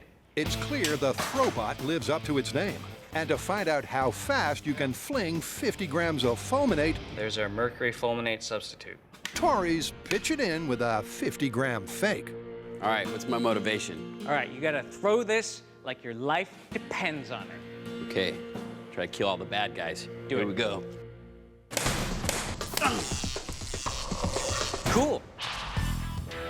Tori clocks a throw speed of 57 miles per hour. And Grant's got a hunch what PSI might match that. Hands out. This is 50 PSI. Calibration test in 3, 2, 1. All right, so I was able to throw the bag at 57 miles an hour, and it looks like your Throwbot is throwing at 60 miles an hour. Yeah, so that's pretty much dead on. So we've got our baseline there. Perfect. The Throwbot is ready to throw, and their prefab house is pre-fabulous. So now it's back to the quarry for the Breaking Bad house. Gorgeous. That's great. The MythBusters built. We're building a house. The walls and floors go up. Grant positions the Throwbot. Careful of the paneling. Don't scratch the paneling. The roof is raised.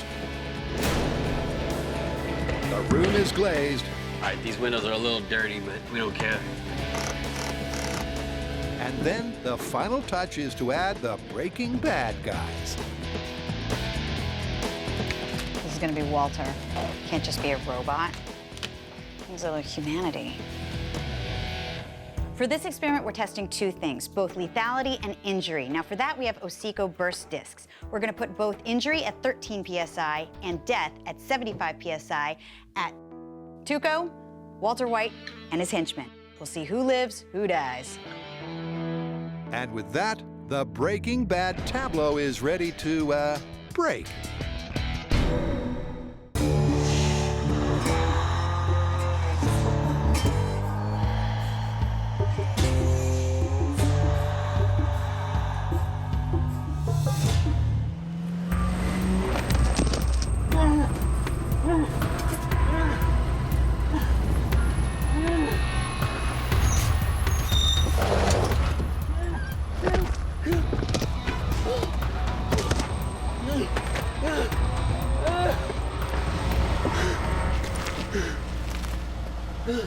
Put your pants back on. We got work to do. They do, because 5 grams of fulminated mercury did this to this. Now, to find out what 50 grams can do to this. All right, welcome to the Bad Guy Hideout. Now this is how we're gonna test this myth. We're gonna take 50 grams of mercury fulminate, stick it in Walt's hand, AKA Grant's throwing machine, throw it on the ground and see if it explodes. Now we've recreated the office just like in the TV show. It's built to code, complete with windows. Now Tuco's over here, he's sitting at his desk, he's counting his money. Now his henchmen, they have Walt surrounded. So what we're gonna do is load up the throwing machine, throw the mercury fulminate on the ground. Now, if it explodes, we have burst discs around the room to see if these guys would survive the blast. And we're gonna be able to see if the windows blow out, just like in the TV show. My feeling is, it's not gonna happen. I think it's Hollywood baloney. Maybe, but it's time to find out. Since the last part of the Breaking Bad equation, the mercury fulminate is ready. Hello, gentlemen.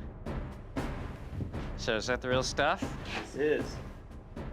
All right, go ahead and place it in the cup. There you are. All right.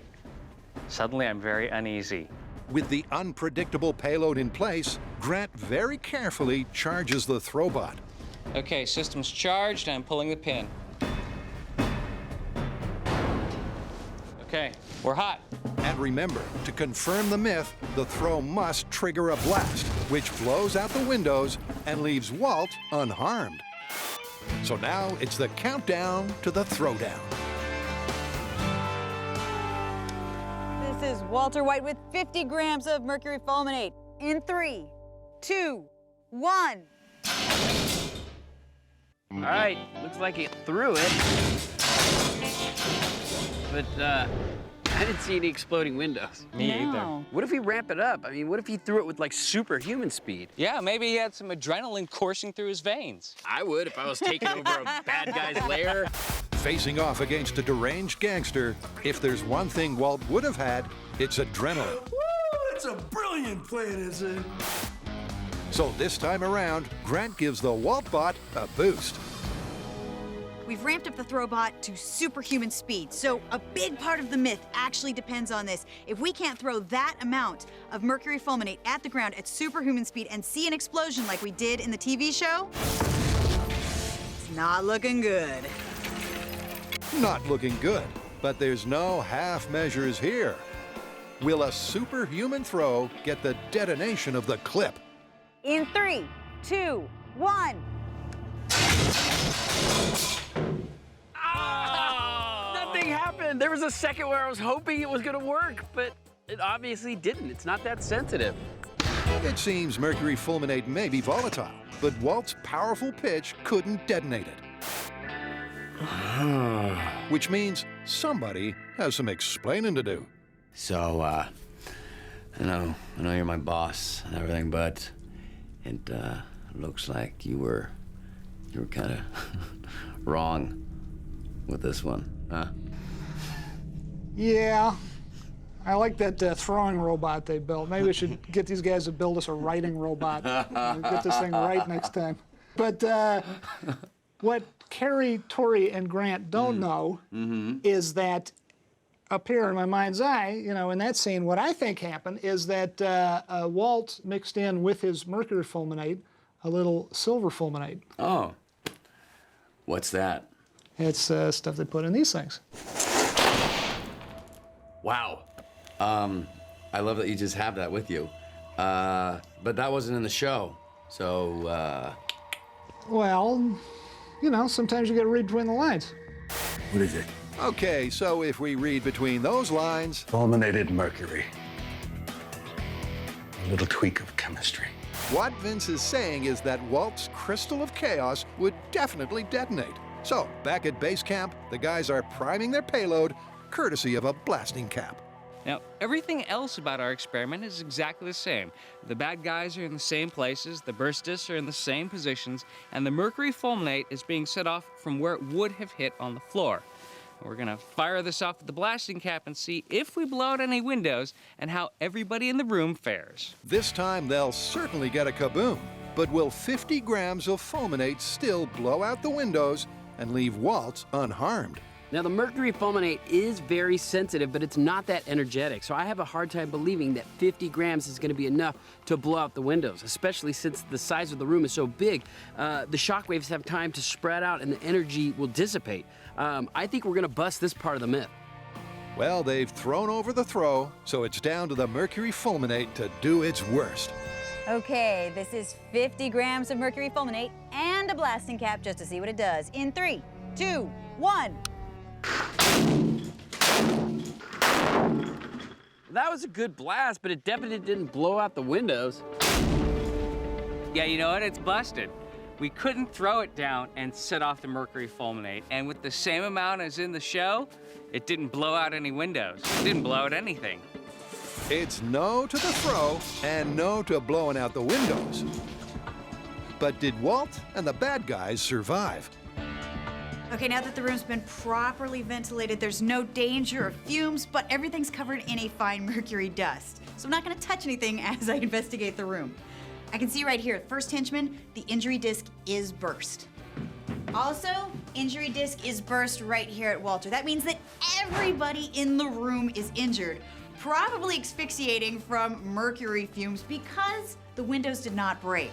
It may be busted, but the throw's not over yet. The next chemistry question is, what will it take to recreate the small screen scene?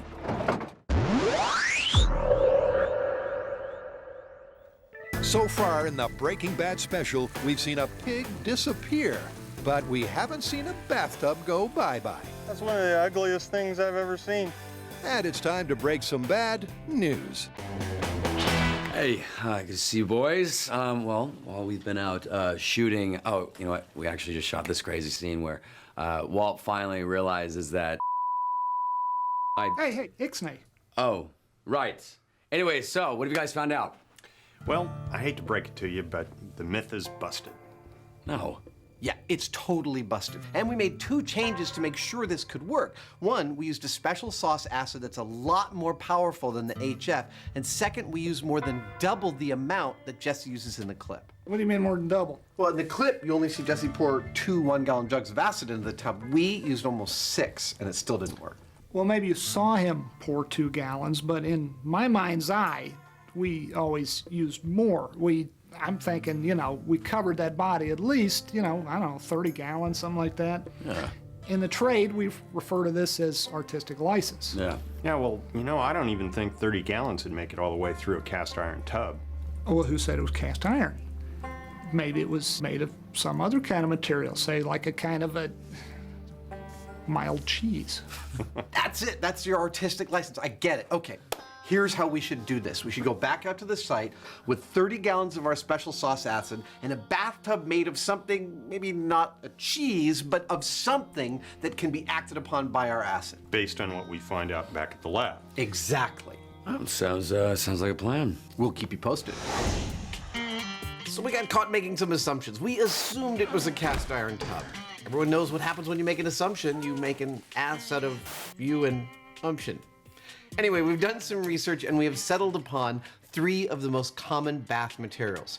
Cast iron with ceramic coating, steel with enamel coating, and perhaps the most common of all bathtub materials, simple fiberglass. Now it's time to subject each of these materials to our sulfuric acid with its special sauce and see which one becomes our bathtub of choice. Yep, and back at the lab for their acid quest, it's time to turn the tables on the tub samples. So what do we have first? Cast iron bathtub. All right. Well, there goes the cast iron into the sulfuric acid. Now we go for the special sauce. Wow, that is really vigorous. 6 gallons of acid couldn't burn through the cast iron tub at Altamont. It's not making its way through the tub. But more acid per inch of surface area could get a more caustic result. Now this is exactly what I was expecting to see with acid and our materials. However, after a 40-minute soak, that stubborn cast iron ain't giving up its ions. So next up is enamel-coated steel. Wow, that's bubbling up right away too. Bubbling away, but there's a pattern repeating. Well, the enamel-coated steel went into the sulfuric acid, and again, not much was going on until the special sauce was poured in and it started to bubble. But we're told that that's just a reaction between the special sauce and the sulfuric acid, because now, a couple minutes later, it's no bubbling. Which means it's time for the final contender, the fiberglass. Oh man, that's so cool. Fiberglass has been the most reactive substance thus far tested of anything. We put it in here, and once the special sauce went in, the bubbling was incredibly powerful, and now it's like 4 minutes later, and it looks like there's a brown stain floating on top of the sulfuric acid and special sauce. I'm very encouraged about this. You can see the fiberglass is giving us exactly the kind of reaction we were looking for. But that's only a square inch of the fiberglass and about 100 mils of the acid. The question now is whether a tub like that and a whole bath load full of acid will give us the kind of reaction we saw in Breaking Bad. Are we done? I think that's it. You know what that means. Time to go full scale. Yep.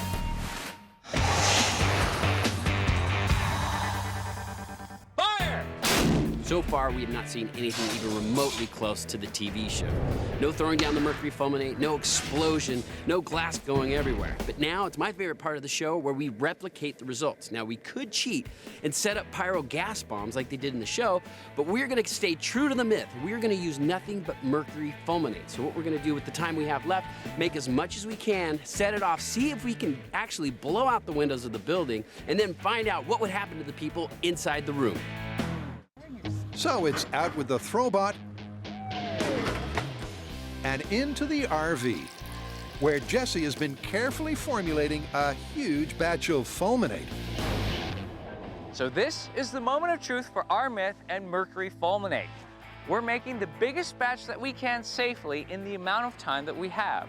Our chemist Jesse has been at this for a little over 8 hours, and the size of the batch is 250 grams. That's 5 times what Walt used in the show. Now, since at this point it's considered a shock-sensitive, high explosive, it's way too dangerous to simply walk this over and place it. So they're putting it inside of an explosion-proof box and carefully driving it over to the site. We're gonna set this off and see if this is enough to blow out the windows in our building. Yep, inside that box is more than a fistful of crystal. And once our mild-mannered chemist has painstakingly positioned Walt's weapon of choice, it's wired for detonation. But can 5 times the amount of Mercury Fulminate finally get the Breaking Bad room boom? All right, let's blow up this hideout. 250 grams of Mercury Fulminate. This is Breaking Bad boom in 3, 2, 1, go! I think we got the windows. Oh my gosh, we completely destroyed the hideout.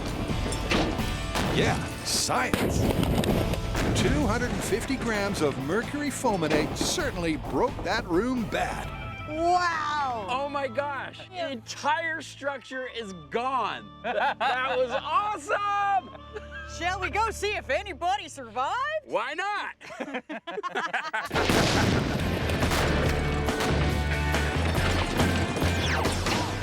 And at the scene of the blast, Carrie's instincts were right. So all the windows are busted out and everyone's dead.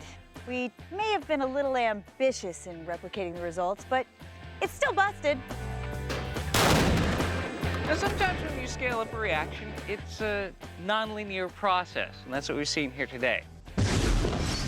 Now, to be fair, a reinforced concrete building like the one in the show might have fared better than our wooden house. But you know what? That doesn't change the fact that this is still busted. It's busted for the MythBusters. But for those of you reading between the lines... All right, so they're calling it busted, but what about you? I say confirmed. Confirmed.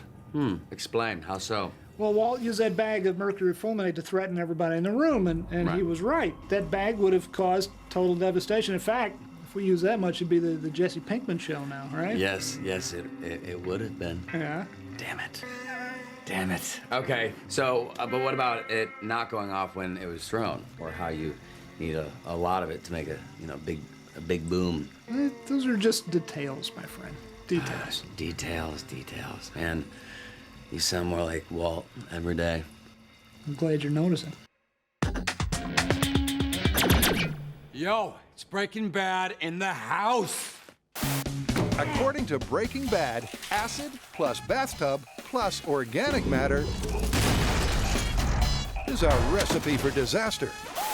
But so far, not so good. God, that's nasty. The floor is totally intact. No tubs coming through there. However, for the final science of the hams, Our last tub required this to move it. For moving this one, I've decided to reveal to the world my super strength.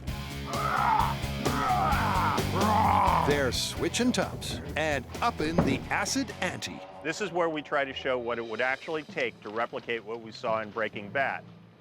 And that involves pouring 24 gallons of almost pure sulfuric acid over a pig in this fiberglass tub. To that, I will add 12 gallons of our special sauce, which will come out of this container right here, which I'll deliver with the Gradle up and over our barrier. And I'll open the valve, and we'll see what happens when our special sauce gets to work on that pig. It's a souped-up protocol, because with 6 times the acid, there's 6 times the risk. It's not only fully protective, but I look good in it. Damned good.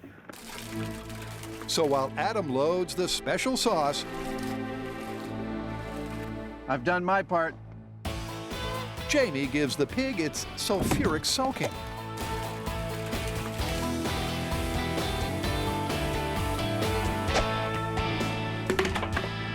Okay, Adam, that's the last 2. I'm ready for the special sauce. Copy that. Then Adam carefully lowers his corrosive catalyst.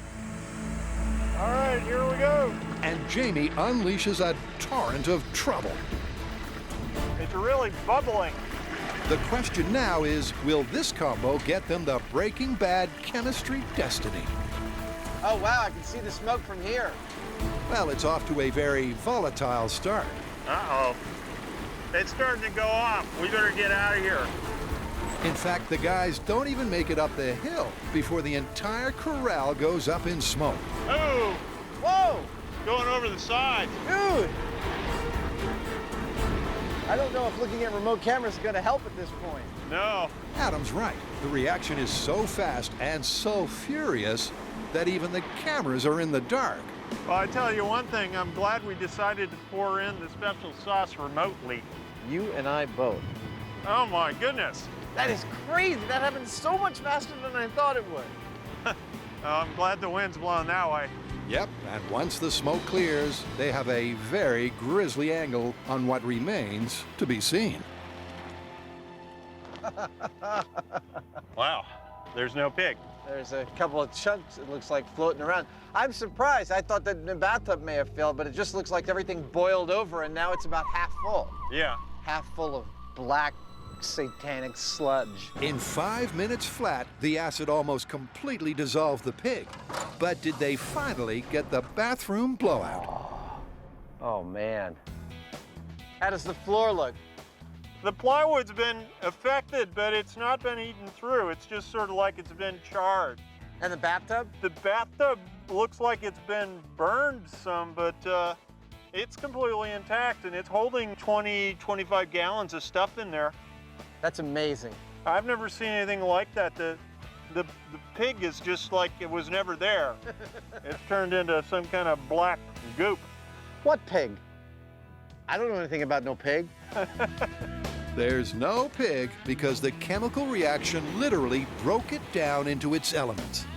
Inside the tub was sulfuric acid and our special sauce, which let's just say is lots of hydrogen and oxygen. And then, of course, there's the pig, which is made up of mostly hydrocarbons. And the chemical reaction produced when the acid was exposed to the pig was so energetic that it released massive amounts of hydrogen and oxygen, making that huge cloud of water vapor along with carbon dioxide and hydrogen gas. And then all that was left when the reaction had run its course was carbon and sulfur, leaving that black pool of sludge in the bottom of the tub. That was spectacular. The reaction happened much faster than we expected, but our protocol accommodated for that. And at the peak, this entire 30-foot diameter corral was just shooting a plume of smoke to the sky. Any experiment that has a plume of smoke shooting to the sky is, by definition, awesome. By definition, awesome. But this bathtub breach is all washed up. Well, that was really cool. Very cool. Busted, but totally cool. Let's go tell Vince and Aaron. Cool.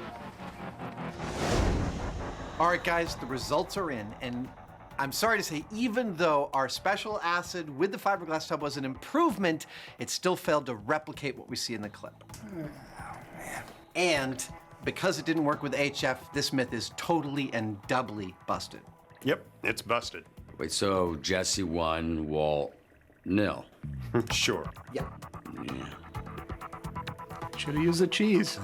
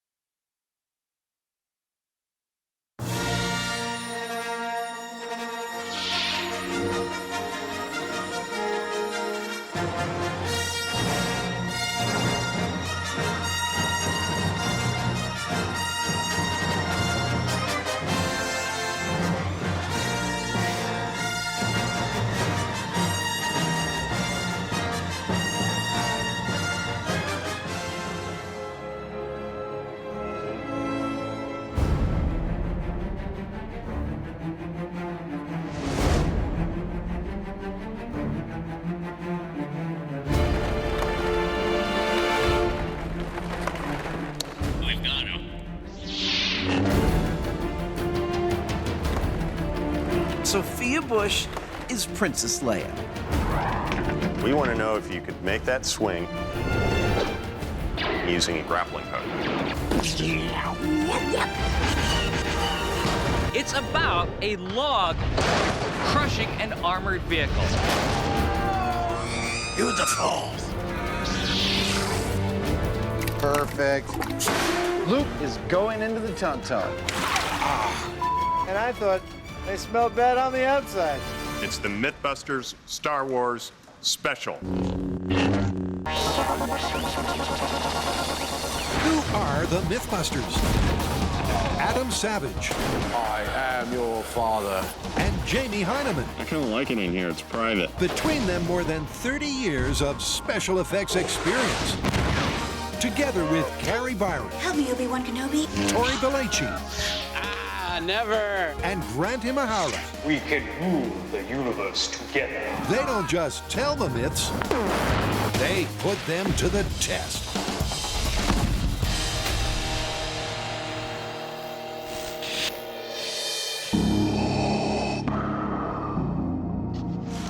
I really don't get why you're into these things.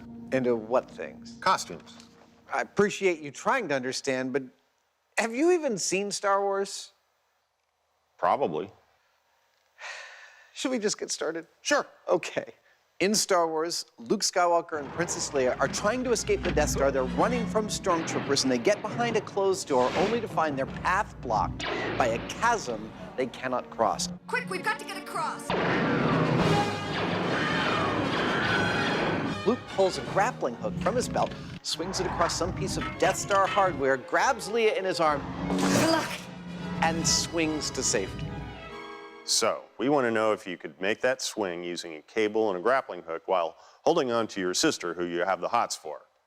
That is one way of looking at it, yes. Spoiler alert.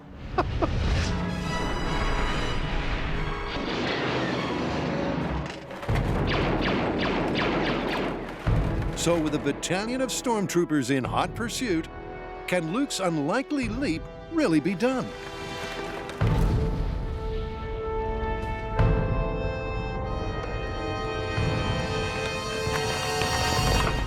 Aren't you a little short for a stormtrooper? It's actually funny that you say that, because in point of fact, I'm a little tall to be a stormtrooper. Yeah, whatever. Let's shoot this pig. Not so fast, Heineman. I know, with the stormtrooper costume and all, it looks like we're ready to dive whole hog into the Star Wars universe. But wait, hold your horses, because there's a whole bunch of setup to tell you about before we even get to this point. Now, we ran into a unique problem when we were planning out for this episode, which is that all of the Death Stars in California are being hired, and we couldn't use any of them. So, second best was to come here to this beautiful previous century supply warehouse on Mare Island up in Northern California. This is one of our favorite locations, and we've shot a few great stories here.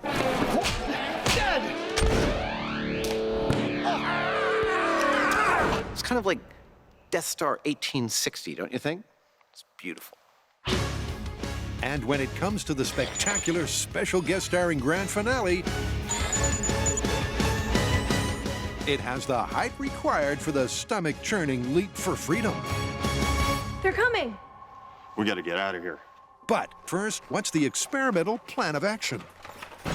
Now, in examining Luke's swing across the chasm, Jamie and I have broken it down into 3 distinct elements, each of which that needs testing. Number 1 is the behavior of the grappling hook. Second would be his belt. Would that be sufficient to support him while swinging on a line? And third is the addition of Princess Leia.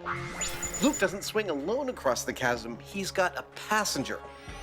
Since this first test involves a grappling hook, I'm gonna have to make one. And it's gonna have to be identical to what Luke used in the movie.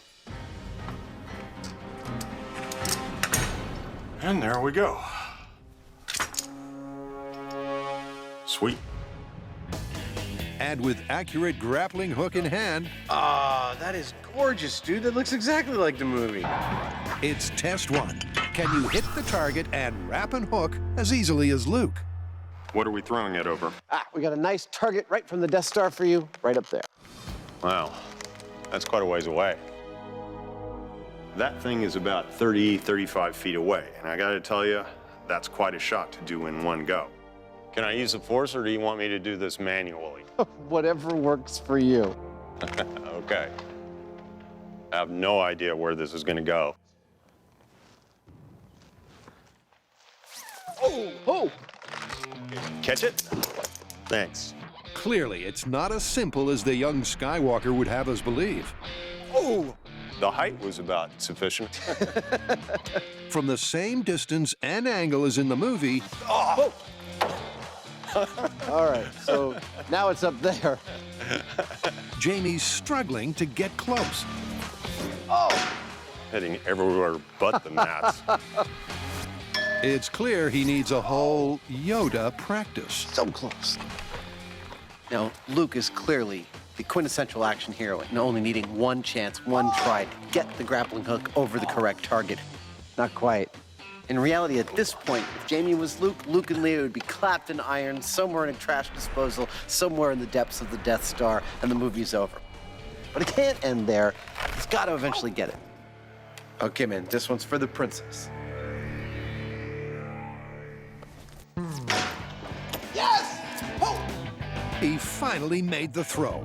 But will it grapple and catch like in the movie? That's a hook. Give me a high five! He got it! He got it! Look at that! Look at that! I think you get full marks for not using the Force, because it's clear that you weren't.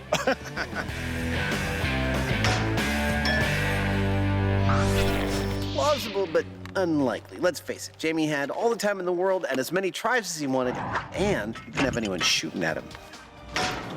Yes! Good luck. He got it! He got it! Next up, we're going to have a closer look at Luke's belt, because that's what his grappling hook appears to be attached to when he does his swing. Now, I know this would work with a harness, but that's an awful lot of weight to support on a belt. We're going to have to try it out. Ready, Wookie?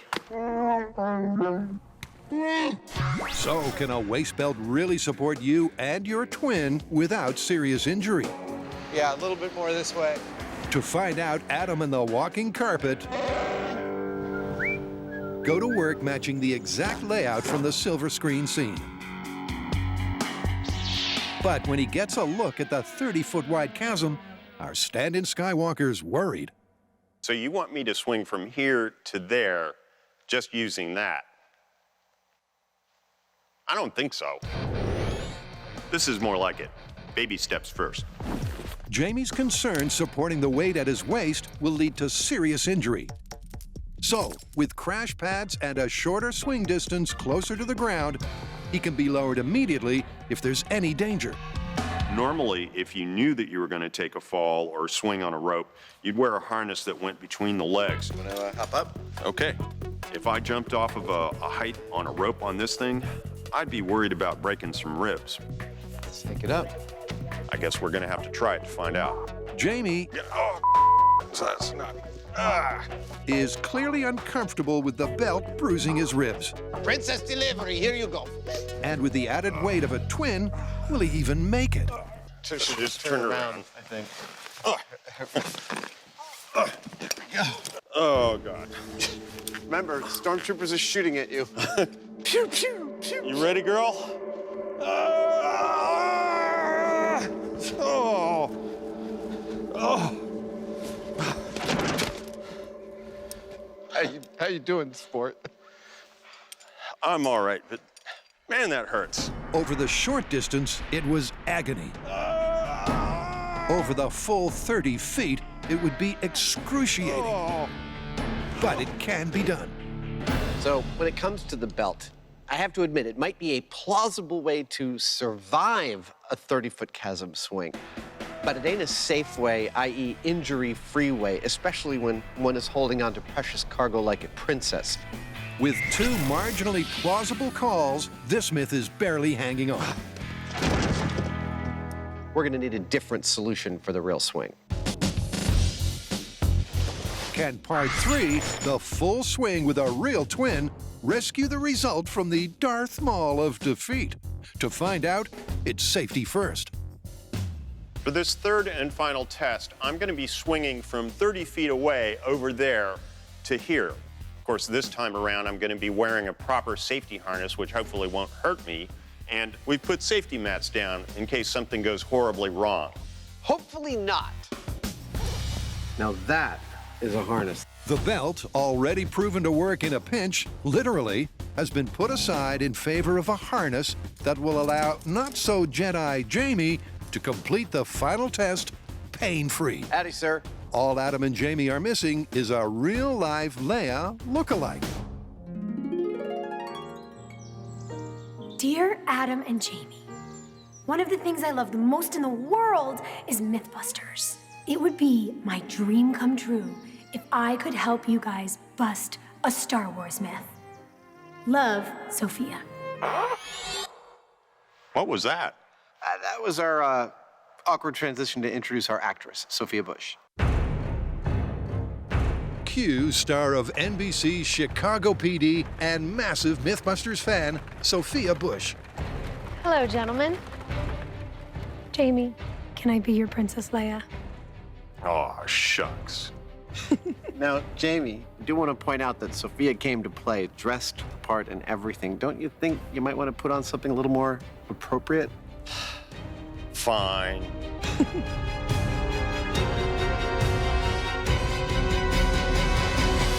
You look fantastic. Okay, well, let's get started.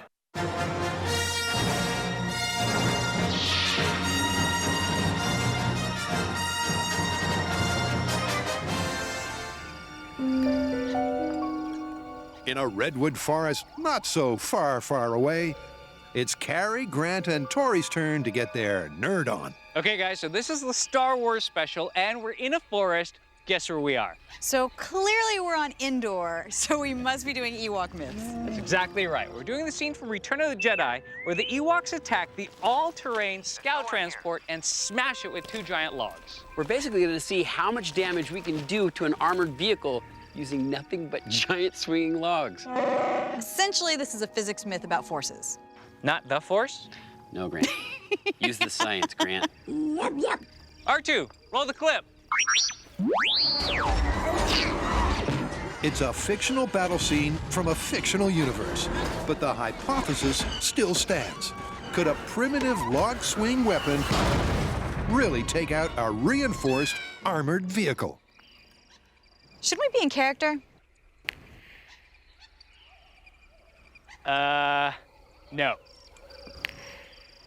Oh, it's much better. That was totally the wrong Leia. It's indoor Leia. So it occurs to me that we're gonna need 2 things for this, an AT-ST and a giant swinging log rig.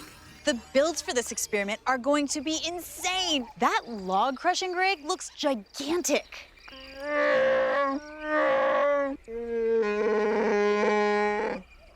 All right, sounds good. Guess we better get started. Back here on Earth, Let's put it over there. the team prepares for one of the biggest builds it's ever attempted. Hey, R2, who's your favorite Mythbuster? Aw, you're just saying that. They're recreating the massive forest of Endor. Mine. And the Ewoks' ingenious giant log swing. Why this abandoned field, you ask? Why not something that looks more like the forest moon of Endor, the natural habitat of the Ewoks? Well, we don't actually know what's going to happen when the logs hit their target. So we need a safety perimeter, a large, wide open space. And that makes this the ideal location. The question is, how are we going to suspend them in midair so that way we can actually pull them apart and let them crush our walker? Well, we're going to plant our own trees, or telephone poles at least, with the help of industrial power solutions. They're going to auger some holes, we're going to lower the poles into it, and save a bunch of time. You know what? I don't really care what your script says. I don't think Slave Leia was in this scene. No. From the movie, the team has determined that the height of the chicken walker is 20 feet, the logs swing from 45 degrees, and what the relative size of those logs are. At 10 feet long and 5 feet in diameter, the answer is... Whoa! That's insane! Oh my God! big. Whoa! Now Now, in the movie, it looks like the Ewoks used redwood, but since it wasn't planet Earth, we don't really know what kind of wood it was. Oh, R2! Oh, Master Luke is not going to be happy. So we decided here on Earth, we wanted to go with the hardest wood we could find, which happens to be eucalyptus. Weighing in at 10,000 pounds each, the guys get busy cross-bracing and cable anchoring the structure to support them. Is that 45? I think that's 45-ish. With that done, it's time to log and roll. Tori and I are putting the logs into place. Now, how do you move a 10,000-pound log when your forklift only has a 9,000-pound capacity? Yeehaw! Log rodeo! Carefully. Out of my way, people! Next up, the mission-critical operation of craning the logs into position. Now, it's going to be very tricky because, as you can see, the structure has a lot of bracing, and it's going to be difficult to actually get the logs inside of it. That's terrifying. Now, remember, these things are 10,000 pounds, and there's not a lot of room for mistakes. That's a lot of stretch right there. I mean, if this 10,000 pound goes crashing to one side or the other, the whole thing could come down. Okay, well, it's holding the log up. That's good. Round 2. Looking good. And trunk 2. Whoa. Why is that spinning like that? Holy crap. All right. Is nervously keep coming. Maneuvered into position. And despite the structure protesting, Can you hear the cracking? once raised and supported, Yeah, it seems to be holding. that's pretty gorgeous. Okay, you were good.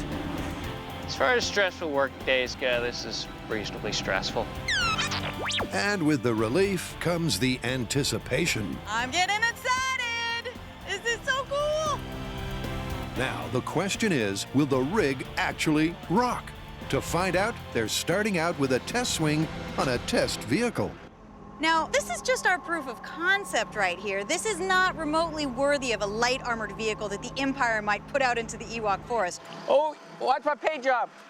We just want to make sure that our logs are lined up, that our rig is working, and it's going to be a lot of fun to see this thing crush. Concentrate, Luke. Use the Force. So in the movie, the Ewoks cut one log, then they cut the other log. Here in the real world, we're going to release both logs simultaneously. Now, how much energy are we talking about here? Well, each log weighs 10,000 pounds. We raise them up to approximately 45 degrees. Okay, Carrie, hold there. Tori, let's have you boom in. Back of the envelope math says that that's upwards of 1,000,000 joules.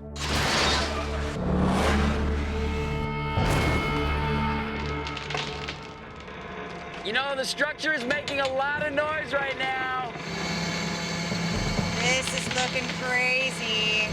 And oh yeah, that's each log, which means 2 million joules of energy hitting that van.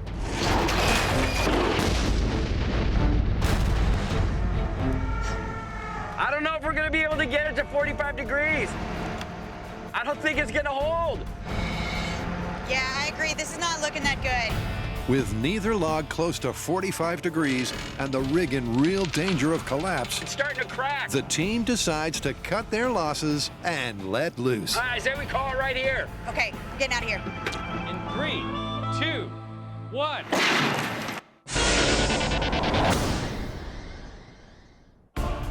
Jamie has slipped into something a little more uncomfortable. You look fantastic.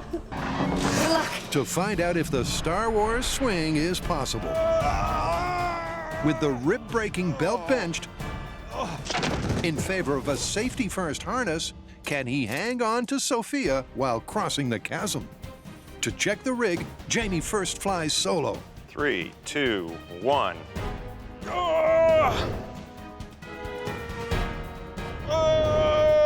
And then prepares himself for the real deal. Nicely done. Well done. With a dummy demo.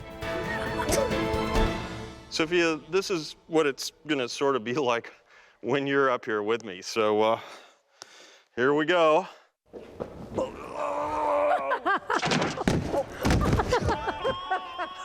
Whoops. It's gonna be like that? No, I'm like really that. excited. It won't be like that. You'll be able to hold on Okay. over there. Okay. Nice work, Jamie. I am confident that Jamie's not going to drop me. So I'm excited just to get up there and do it. That is exactly the right attitude. I think you're gonna have a lot of fun. Me too. And you know, if not, I'm sure my buns will save me. Both arms around like that. And so it comes down to this. Well, How are you holding the rope? I'm holding it with this hand. With the first two pieces of the puzzle already proven plausible, Gotta come down. Coming in. Jamie's expertly strapped in for the third and final test, the twin toe.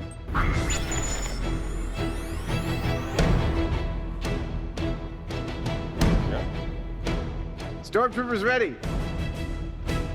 All right, Luke and Leia, it's up to you. Get into character, make this happen. On your mark.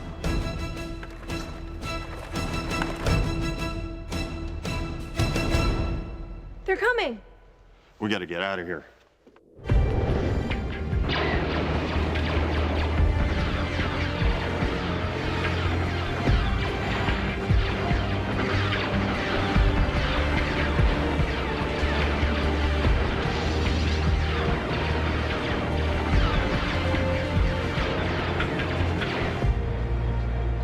You totally did it! Excellent! Well done!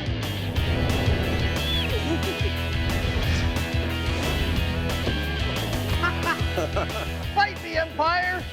After all of this breakdown and all of this planning, that could not have gone better. Very satisfying. Every bit as much fun as you'd think. You totally made it! Well done! That was Good job.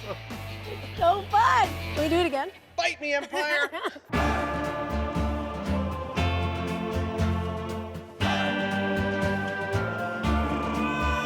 Well, we pretty much nailed that, but I gotta say, most of the stuff we're testing here has been pretty borderline. If it's a life and death situation, sure, you can throw a grappling hook, but are you gonna be able to get it in one go? And yes, you can swing on a cable, but tying it onto your belt and carrying another person, life and death situation, sure, but it's all pretty dodgy, really. All right, dudes, we don't have much time because the Empire is coming. How do you want to call this one? Sophia? I mean, we made it across, so I say plausible. Jamie? Well, you know, it's clearly possible, but that makes me want to say it's confirmed. Okay, we got it. Plausible.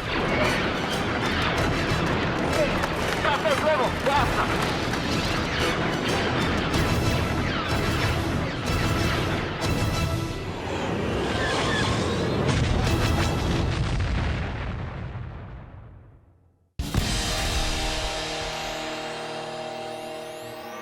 You ready for the next one? I guess. The myth we've got comes from the Star Wars movie, The Empire Strikes Back. Luke! Darkness is falling on the ice planet of Hoth. Don't do this, Luke. Han has ridden a beast called a Tonton to find Luke. Han slices open the belly of the Tonton and puts Luke inside and says, This may smell bad, kid. But it'll keep you warm till I get the shelter up. The question for us to answer is, did Han make the right cold weather survival call for Luke? Great. Let's go to Hoth and test it. Cool. I thought they smelled bad on the outside.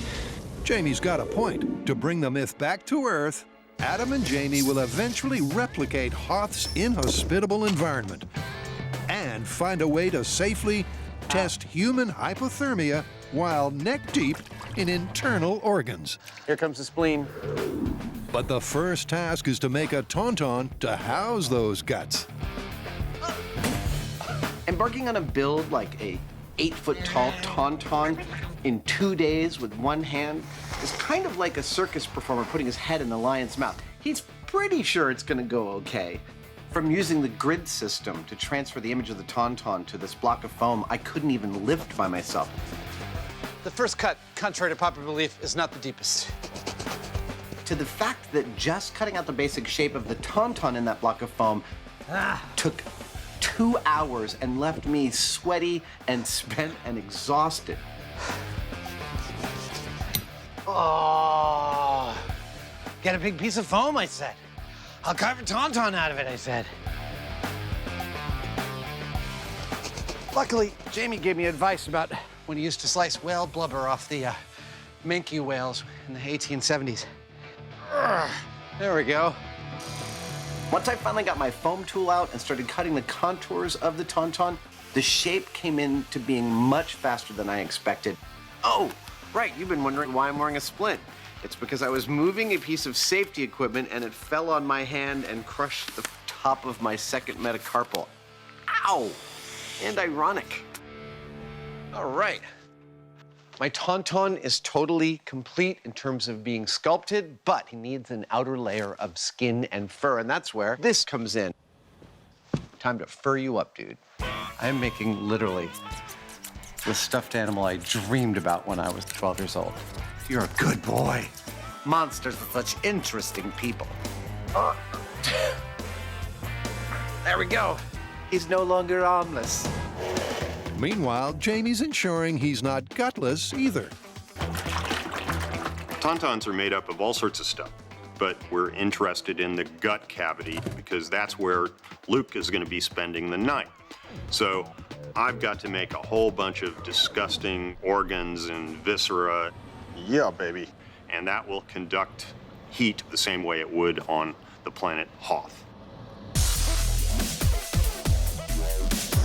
Cue our resident mad scientist. Using a melt and mold plastic, Jamie searches for the perfect recipe for the perfect fake organ lining. That right there is the Tonton appendix. But it takes several hours of trial and error tripping. before Dr. Frankenheineman We have such fun. hits on the right formula and manufacturing technique. That's what I'm talking about. This kind of experimentation is pretty much the only way you get to this sort of result. Tauntaun guts. When we fill this with some kind of goopy stuff, it's gonna look totally organic. It's not just the looks. When filled, warmed, and placed in the body cavity, Jamie's Tonton intestines will have the same thermal conductive properties of internal organs.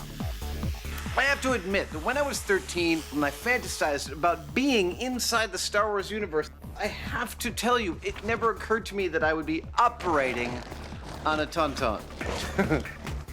Well, the cavity is set up like a nice, neat envelope, and all we need now is a stand-in Luke Skywalker, hopefully one that can freeze to death. Let's see. Ding! Found it! Remember this guy we built for the Titanic myth? Look at you, you handsome devil. He's got over a quarter mile of copper tubing veins, plus a 300-watt heater that keeps his body temperature at exactly 98.6. All we gotta do is dress him up in Luke's costume, stuff him in our finished Tonton inside of some kind of freezer we haven't figured out how to build yet, and we get to test this myth. Go! Go! Oh.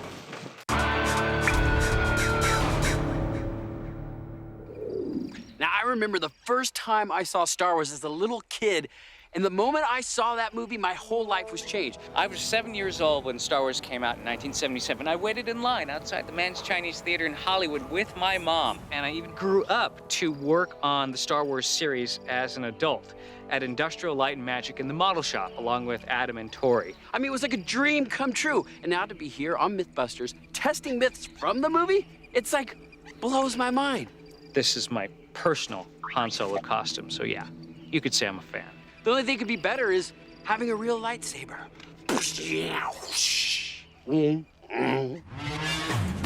Meanwhile, back at the trial run, Hey, stop that. Okay, I'm getting out of here. The Chicken Walker Crusher is cracking under the strain. Some way short of the full 45 degrees. It's let loose now or risk a catastrophic collapse. All right, this is Giant Log Crusher. Proof of concept. Take it away, Grant. In 3, 2, 1.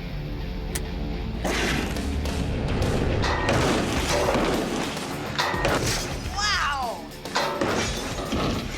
They may not have reached the ideal swing height, but there was an encouraging amount of destruction. That was awesome.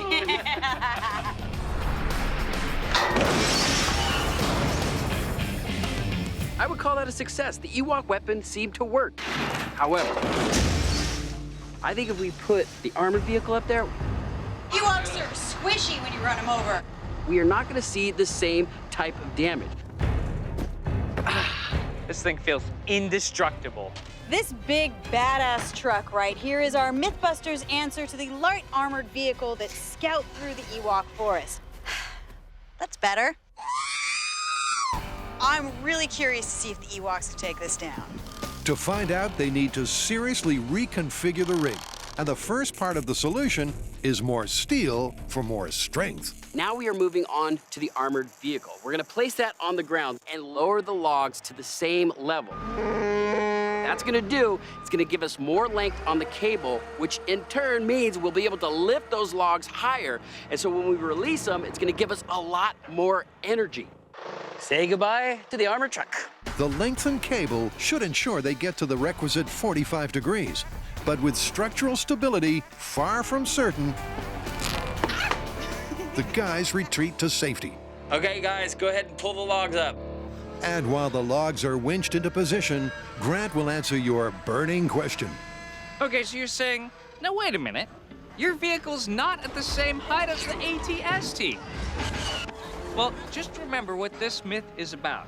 It's about two giant logs crushing an armored vehicle, and that can happen whether it's in the air or on the ground. Despite the incredible forces at play, the swing is holding. And with the logs in their start position, all right, take it away. It's time to find out if the Ewok's rope and stick trick could have really crushed the steely, mechanical might of the evil Empire. This is Log Crusher against Chicken Walker, actually armored truck, in 3, 2, 1.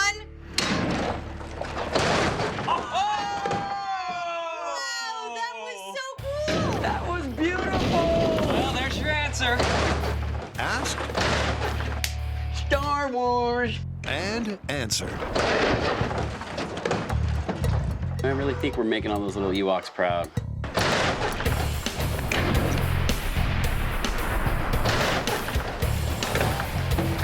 So we are not testing whether or not Ewoks could build this weapon. We're assuming they could.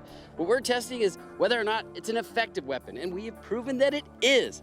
However, you'd have to be the luckiest little Ewok to make sure that one of those chicken walkers was at the right height and it was at the right spot when the two logs came together. To me, that is a 1 in a million shot. Unlikely, but possible. The myth is plausible. But they're not done yet. Now we're just looking for some gratuitous crashing and smashing. So we're gonna add a stormtrooper to the cab. Don't worry about those Ewoks. You're in an armored vehicle. You got nothing to worry about. Push it back and smash it with our log crusher. Why? Just for the hell of it. Fire! Oh, that's gonna be a headache. Well, I guess it's a good day for the rebels on Endor. Let's go home.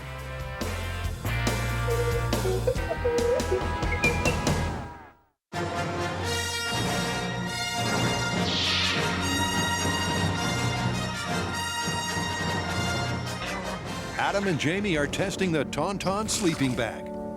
They have a Tonton, the intestines, and they've resurrected hypothermia testee Thermo Boy. Look at you, you handsome devil. Now, they head for Hoth.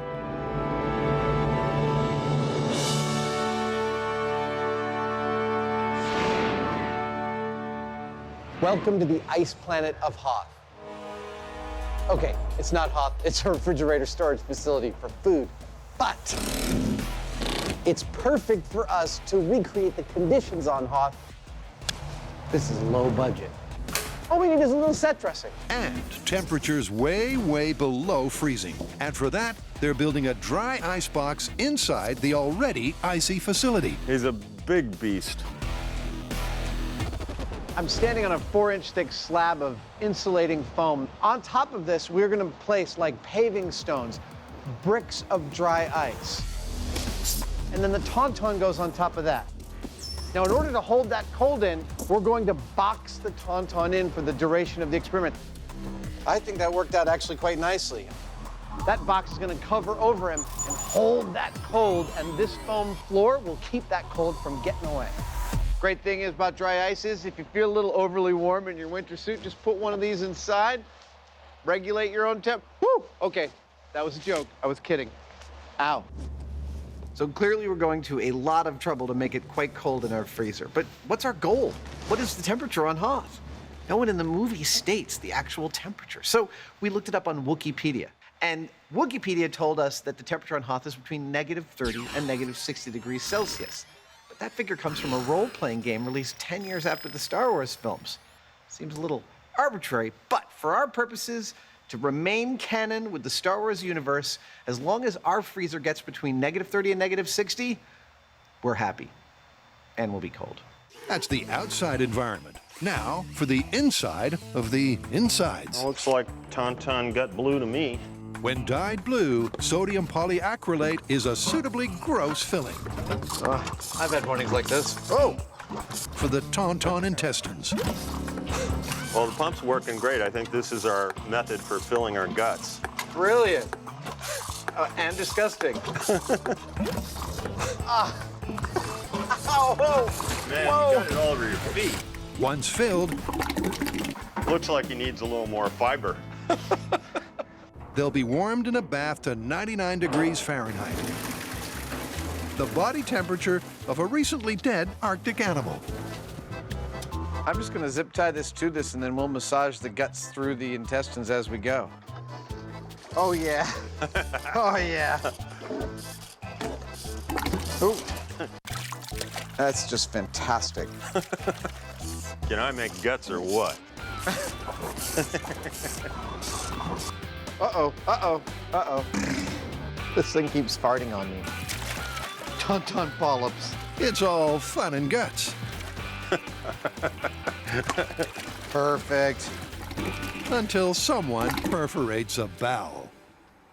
Well, we had everything set and beautiful last night with the guts. Come in this morning and there's a problem. The problem is that the zip ties we used to close up the ends of all of our guts ended up working their way through the vinyl and tearing it. So every single one of our guts is evacuating itself. That one's really bad. So I'm now attempting to empty them all out, mix up a bunch more stuff to go in this, and remake them in a very, very short period of time. It is now of the essence. With the setback, it's now a race to get set up. First into the bath is Thermo Boy, since he needs to reach body temperature before the experiment can begin. Excellent. The water's like a nice, really hot bath. But there's no end to the guts problem. There's no ends on any of these. This is one. The retied tubes have somehow untied themselves. The heat is changing things. It's just bizarre. This stuff seems so resilient, and then you put it in water, and it's like falling to pieces. This has been a very frustrating morning. Not as frustrating as being on Hoth, but very.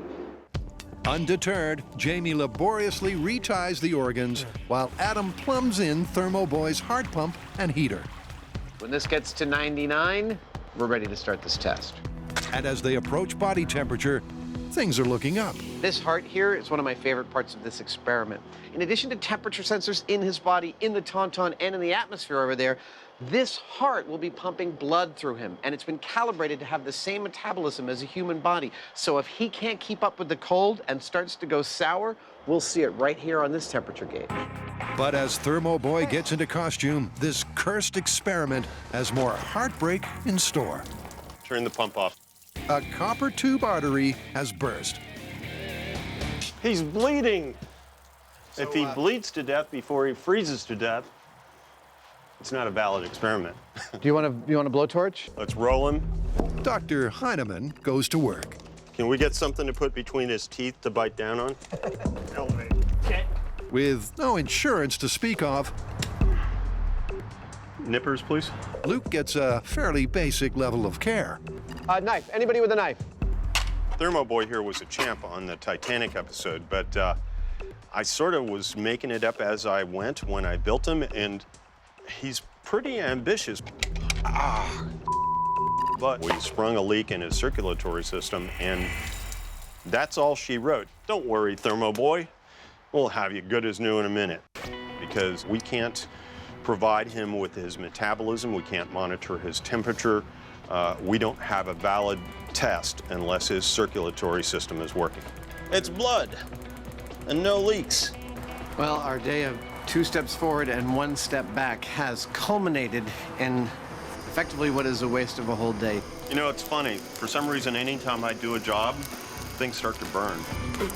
Hopefully, we've learned from our mistakes, so it'll go much smoother tomorrow. Hope springs eternal. With Thermo Boy patched up. Let's get the second pair of pants on. And dressed up, the troubles of yesterday Tonton delivery. Who ordered the Tonton? seem so far away. So now, the next step is to put Luke in a Tonton. It sounds perfect. Put him in the sub-zero weather of Hoth and find out if Han was doing the right thing. Oh! Once Luke is in place, they'll add the organs they managed to salvage. Meanwhile, in go the bath-warmed bodily fluids. Great big gobs of goopy, grimy Tonton guts. Which raises a question. What is a Tonton anyway? Okay, up.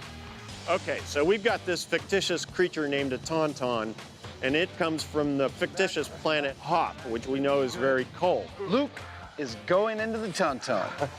That actually fit. We've decided to construct our Tonton to be very like a polar bear. And I thought they smelled bad on the outside. The polar bear has a thick layer of fur and a thick layer of blubber. So that's liver. Here comes the spleen.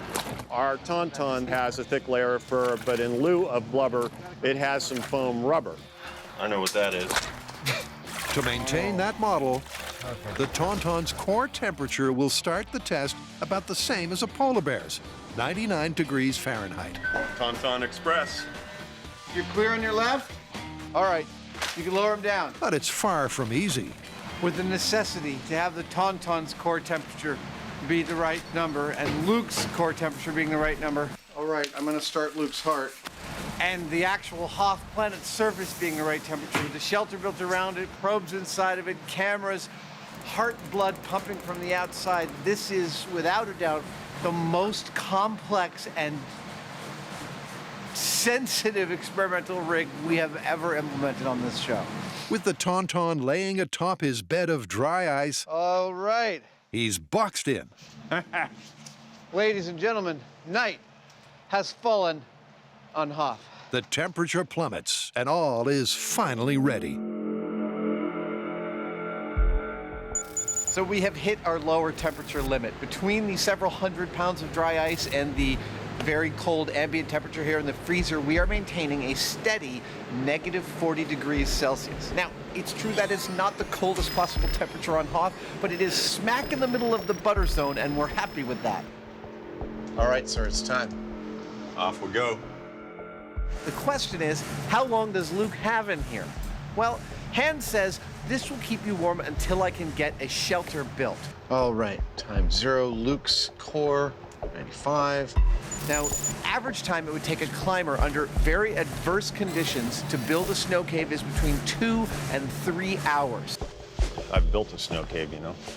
Yeah? Spent the night in one up on a mountaintop. Given that Han is a capable fellow, he's got a lightsaber, we're giving him 2.5 hours for Luke to survive long enough for the shelter to be built. With the clock running, All we gotta do now is wait. It's all eyes on the gauges, but one of them got a head start. But wait, I can hear you saying, what? Human body temperature is 98.6. Why are we starting this test with Luke's body temperature at 95? Well, it's because we're making the assumption that he's already suffered some heat loss. Injured and left for dead, Luke is already mildly hypothermic. All right, 10 minutes in. Let's see, 94, he's lost a degree. But he has to hit 82 degrees, the critical point of no return before he dies. Will he make it? It's 1 hour. Still reading his core at 93. His heart is still pumping 300 watts, blood trying to warm the outer extremities of his body against the cold, slowly, slowly failing. I remember when we started this, I thought, total BS, no way is it gonna work. The question is, will Han get the ice cave built in time before he reaches abject failure? The time ticks away, and the wet and warm, recently deceased Tonton appears to do exactly what Han intended, because at 2.5 hours, the snow cave is built. Dude, 2.5 hours is up. Let's go check him out. And amazingly, Thermo Boy's human equivalent metabolism has only begun to cool down. What's the data say? Luke went into the Tonton. He was mildly hypothermic at 95 degrees. And in the last 2 hours, he's dropped to only 92. On the face of it, crawling into a dead animal carcass might not seem to be the best way to stay warm. But the thing is that most mammals are made up of about 75% water. And water has a phenomenal ability to absorb and retain heat. So if you had access to the large thermal mass of a large animal and could get inside it, it might just save your life. This myth is plausible. However fictional, it's plausible. That's pretty cool.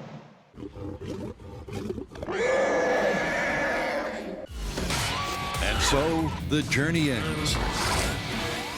As Newton almost said, the Force equals MythBusters times awesome.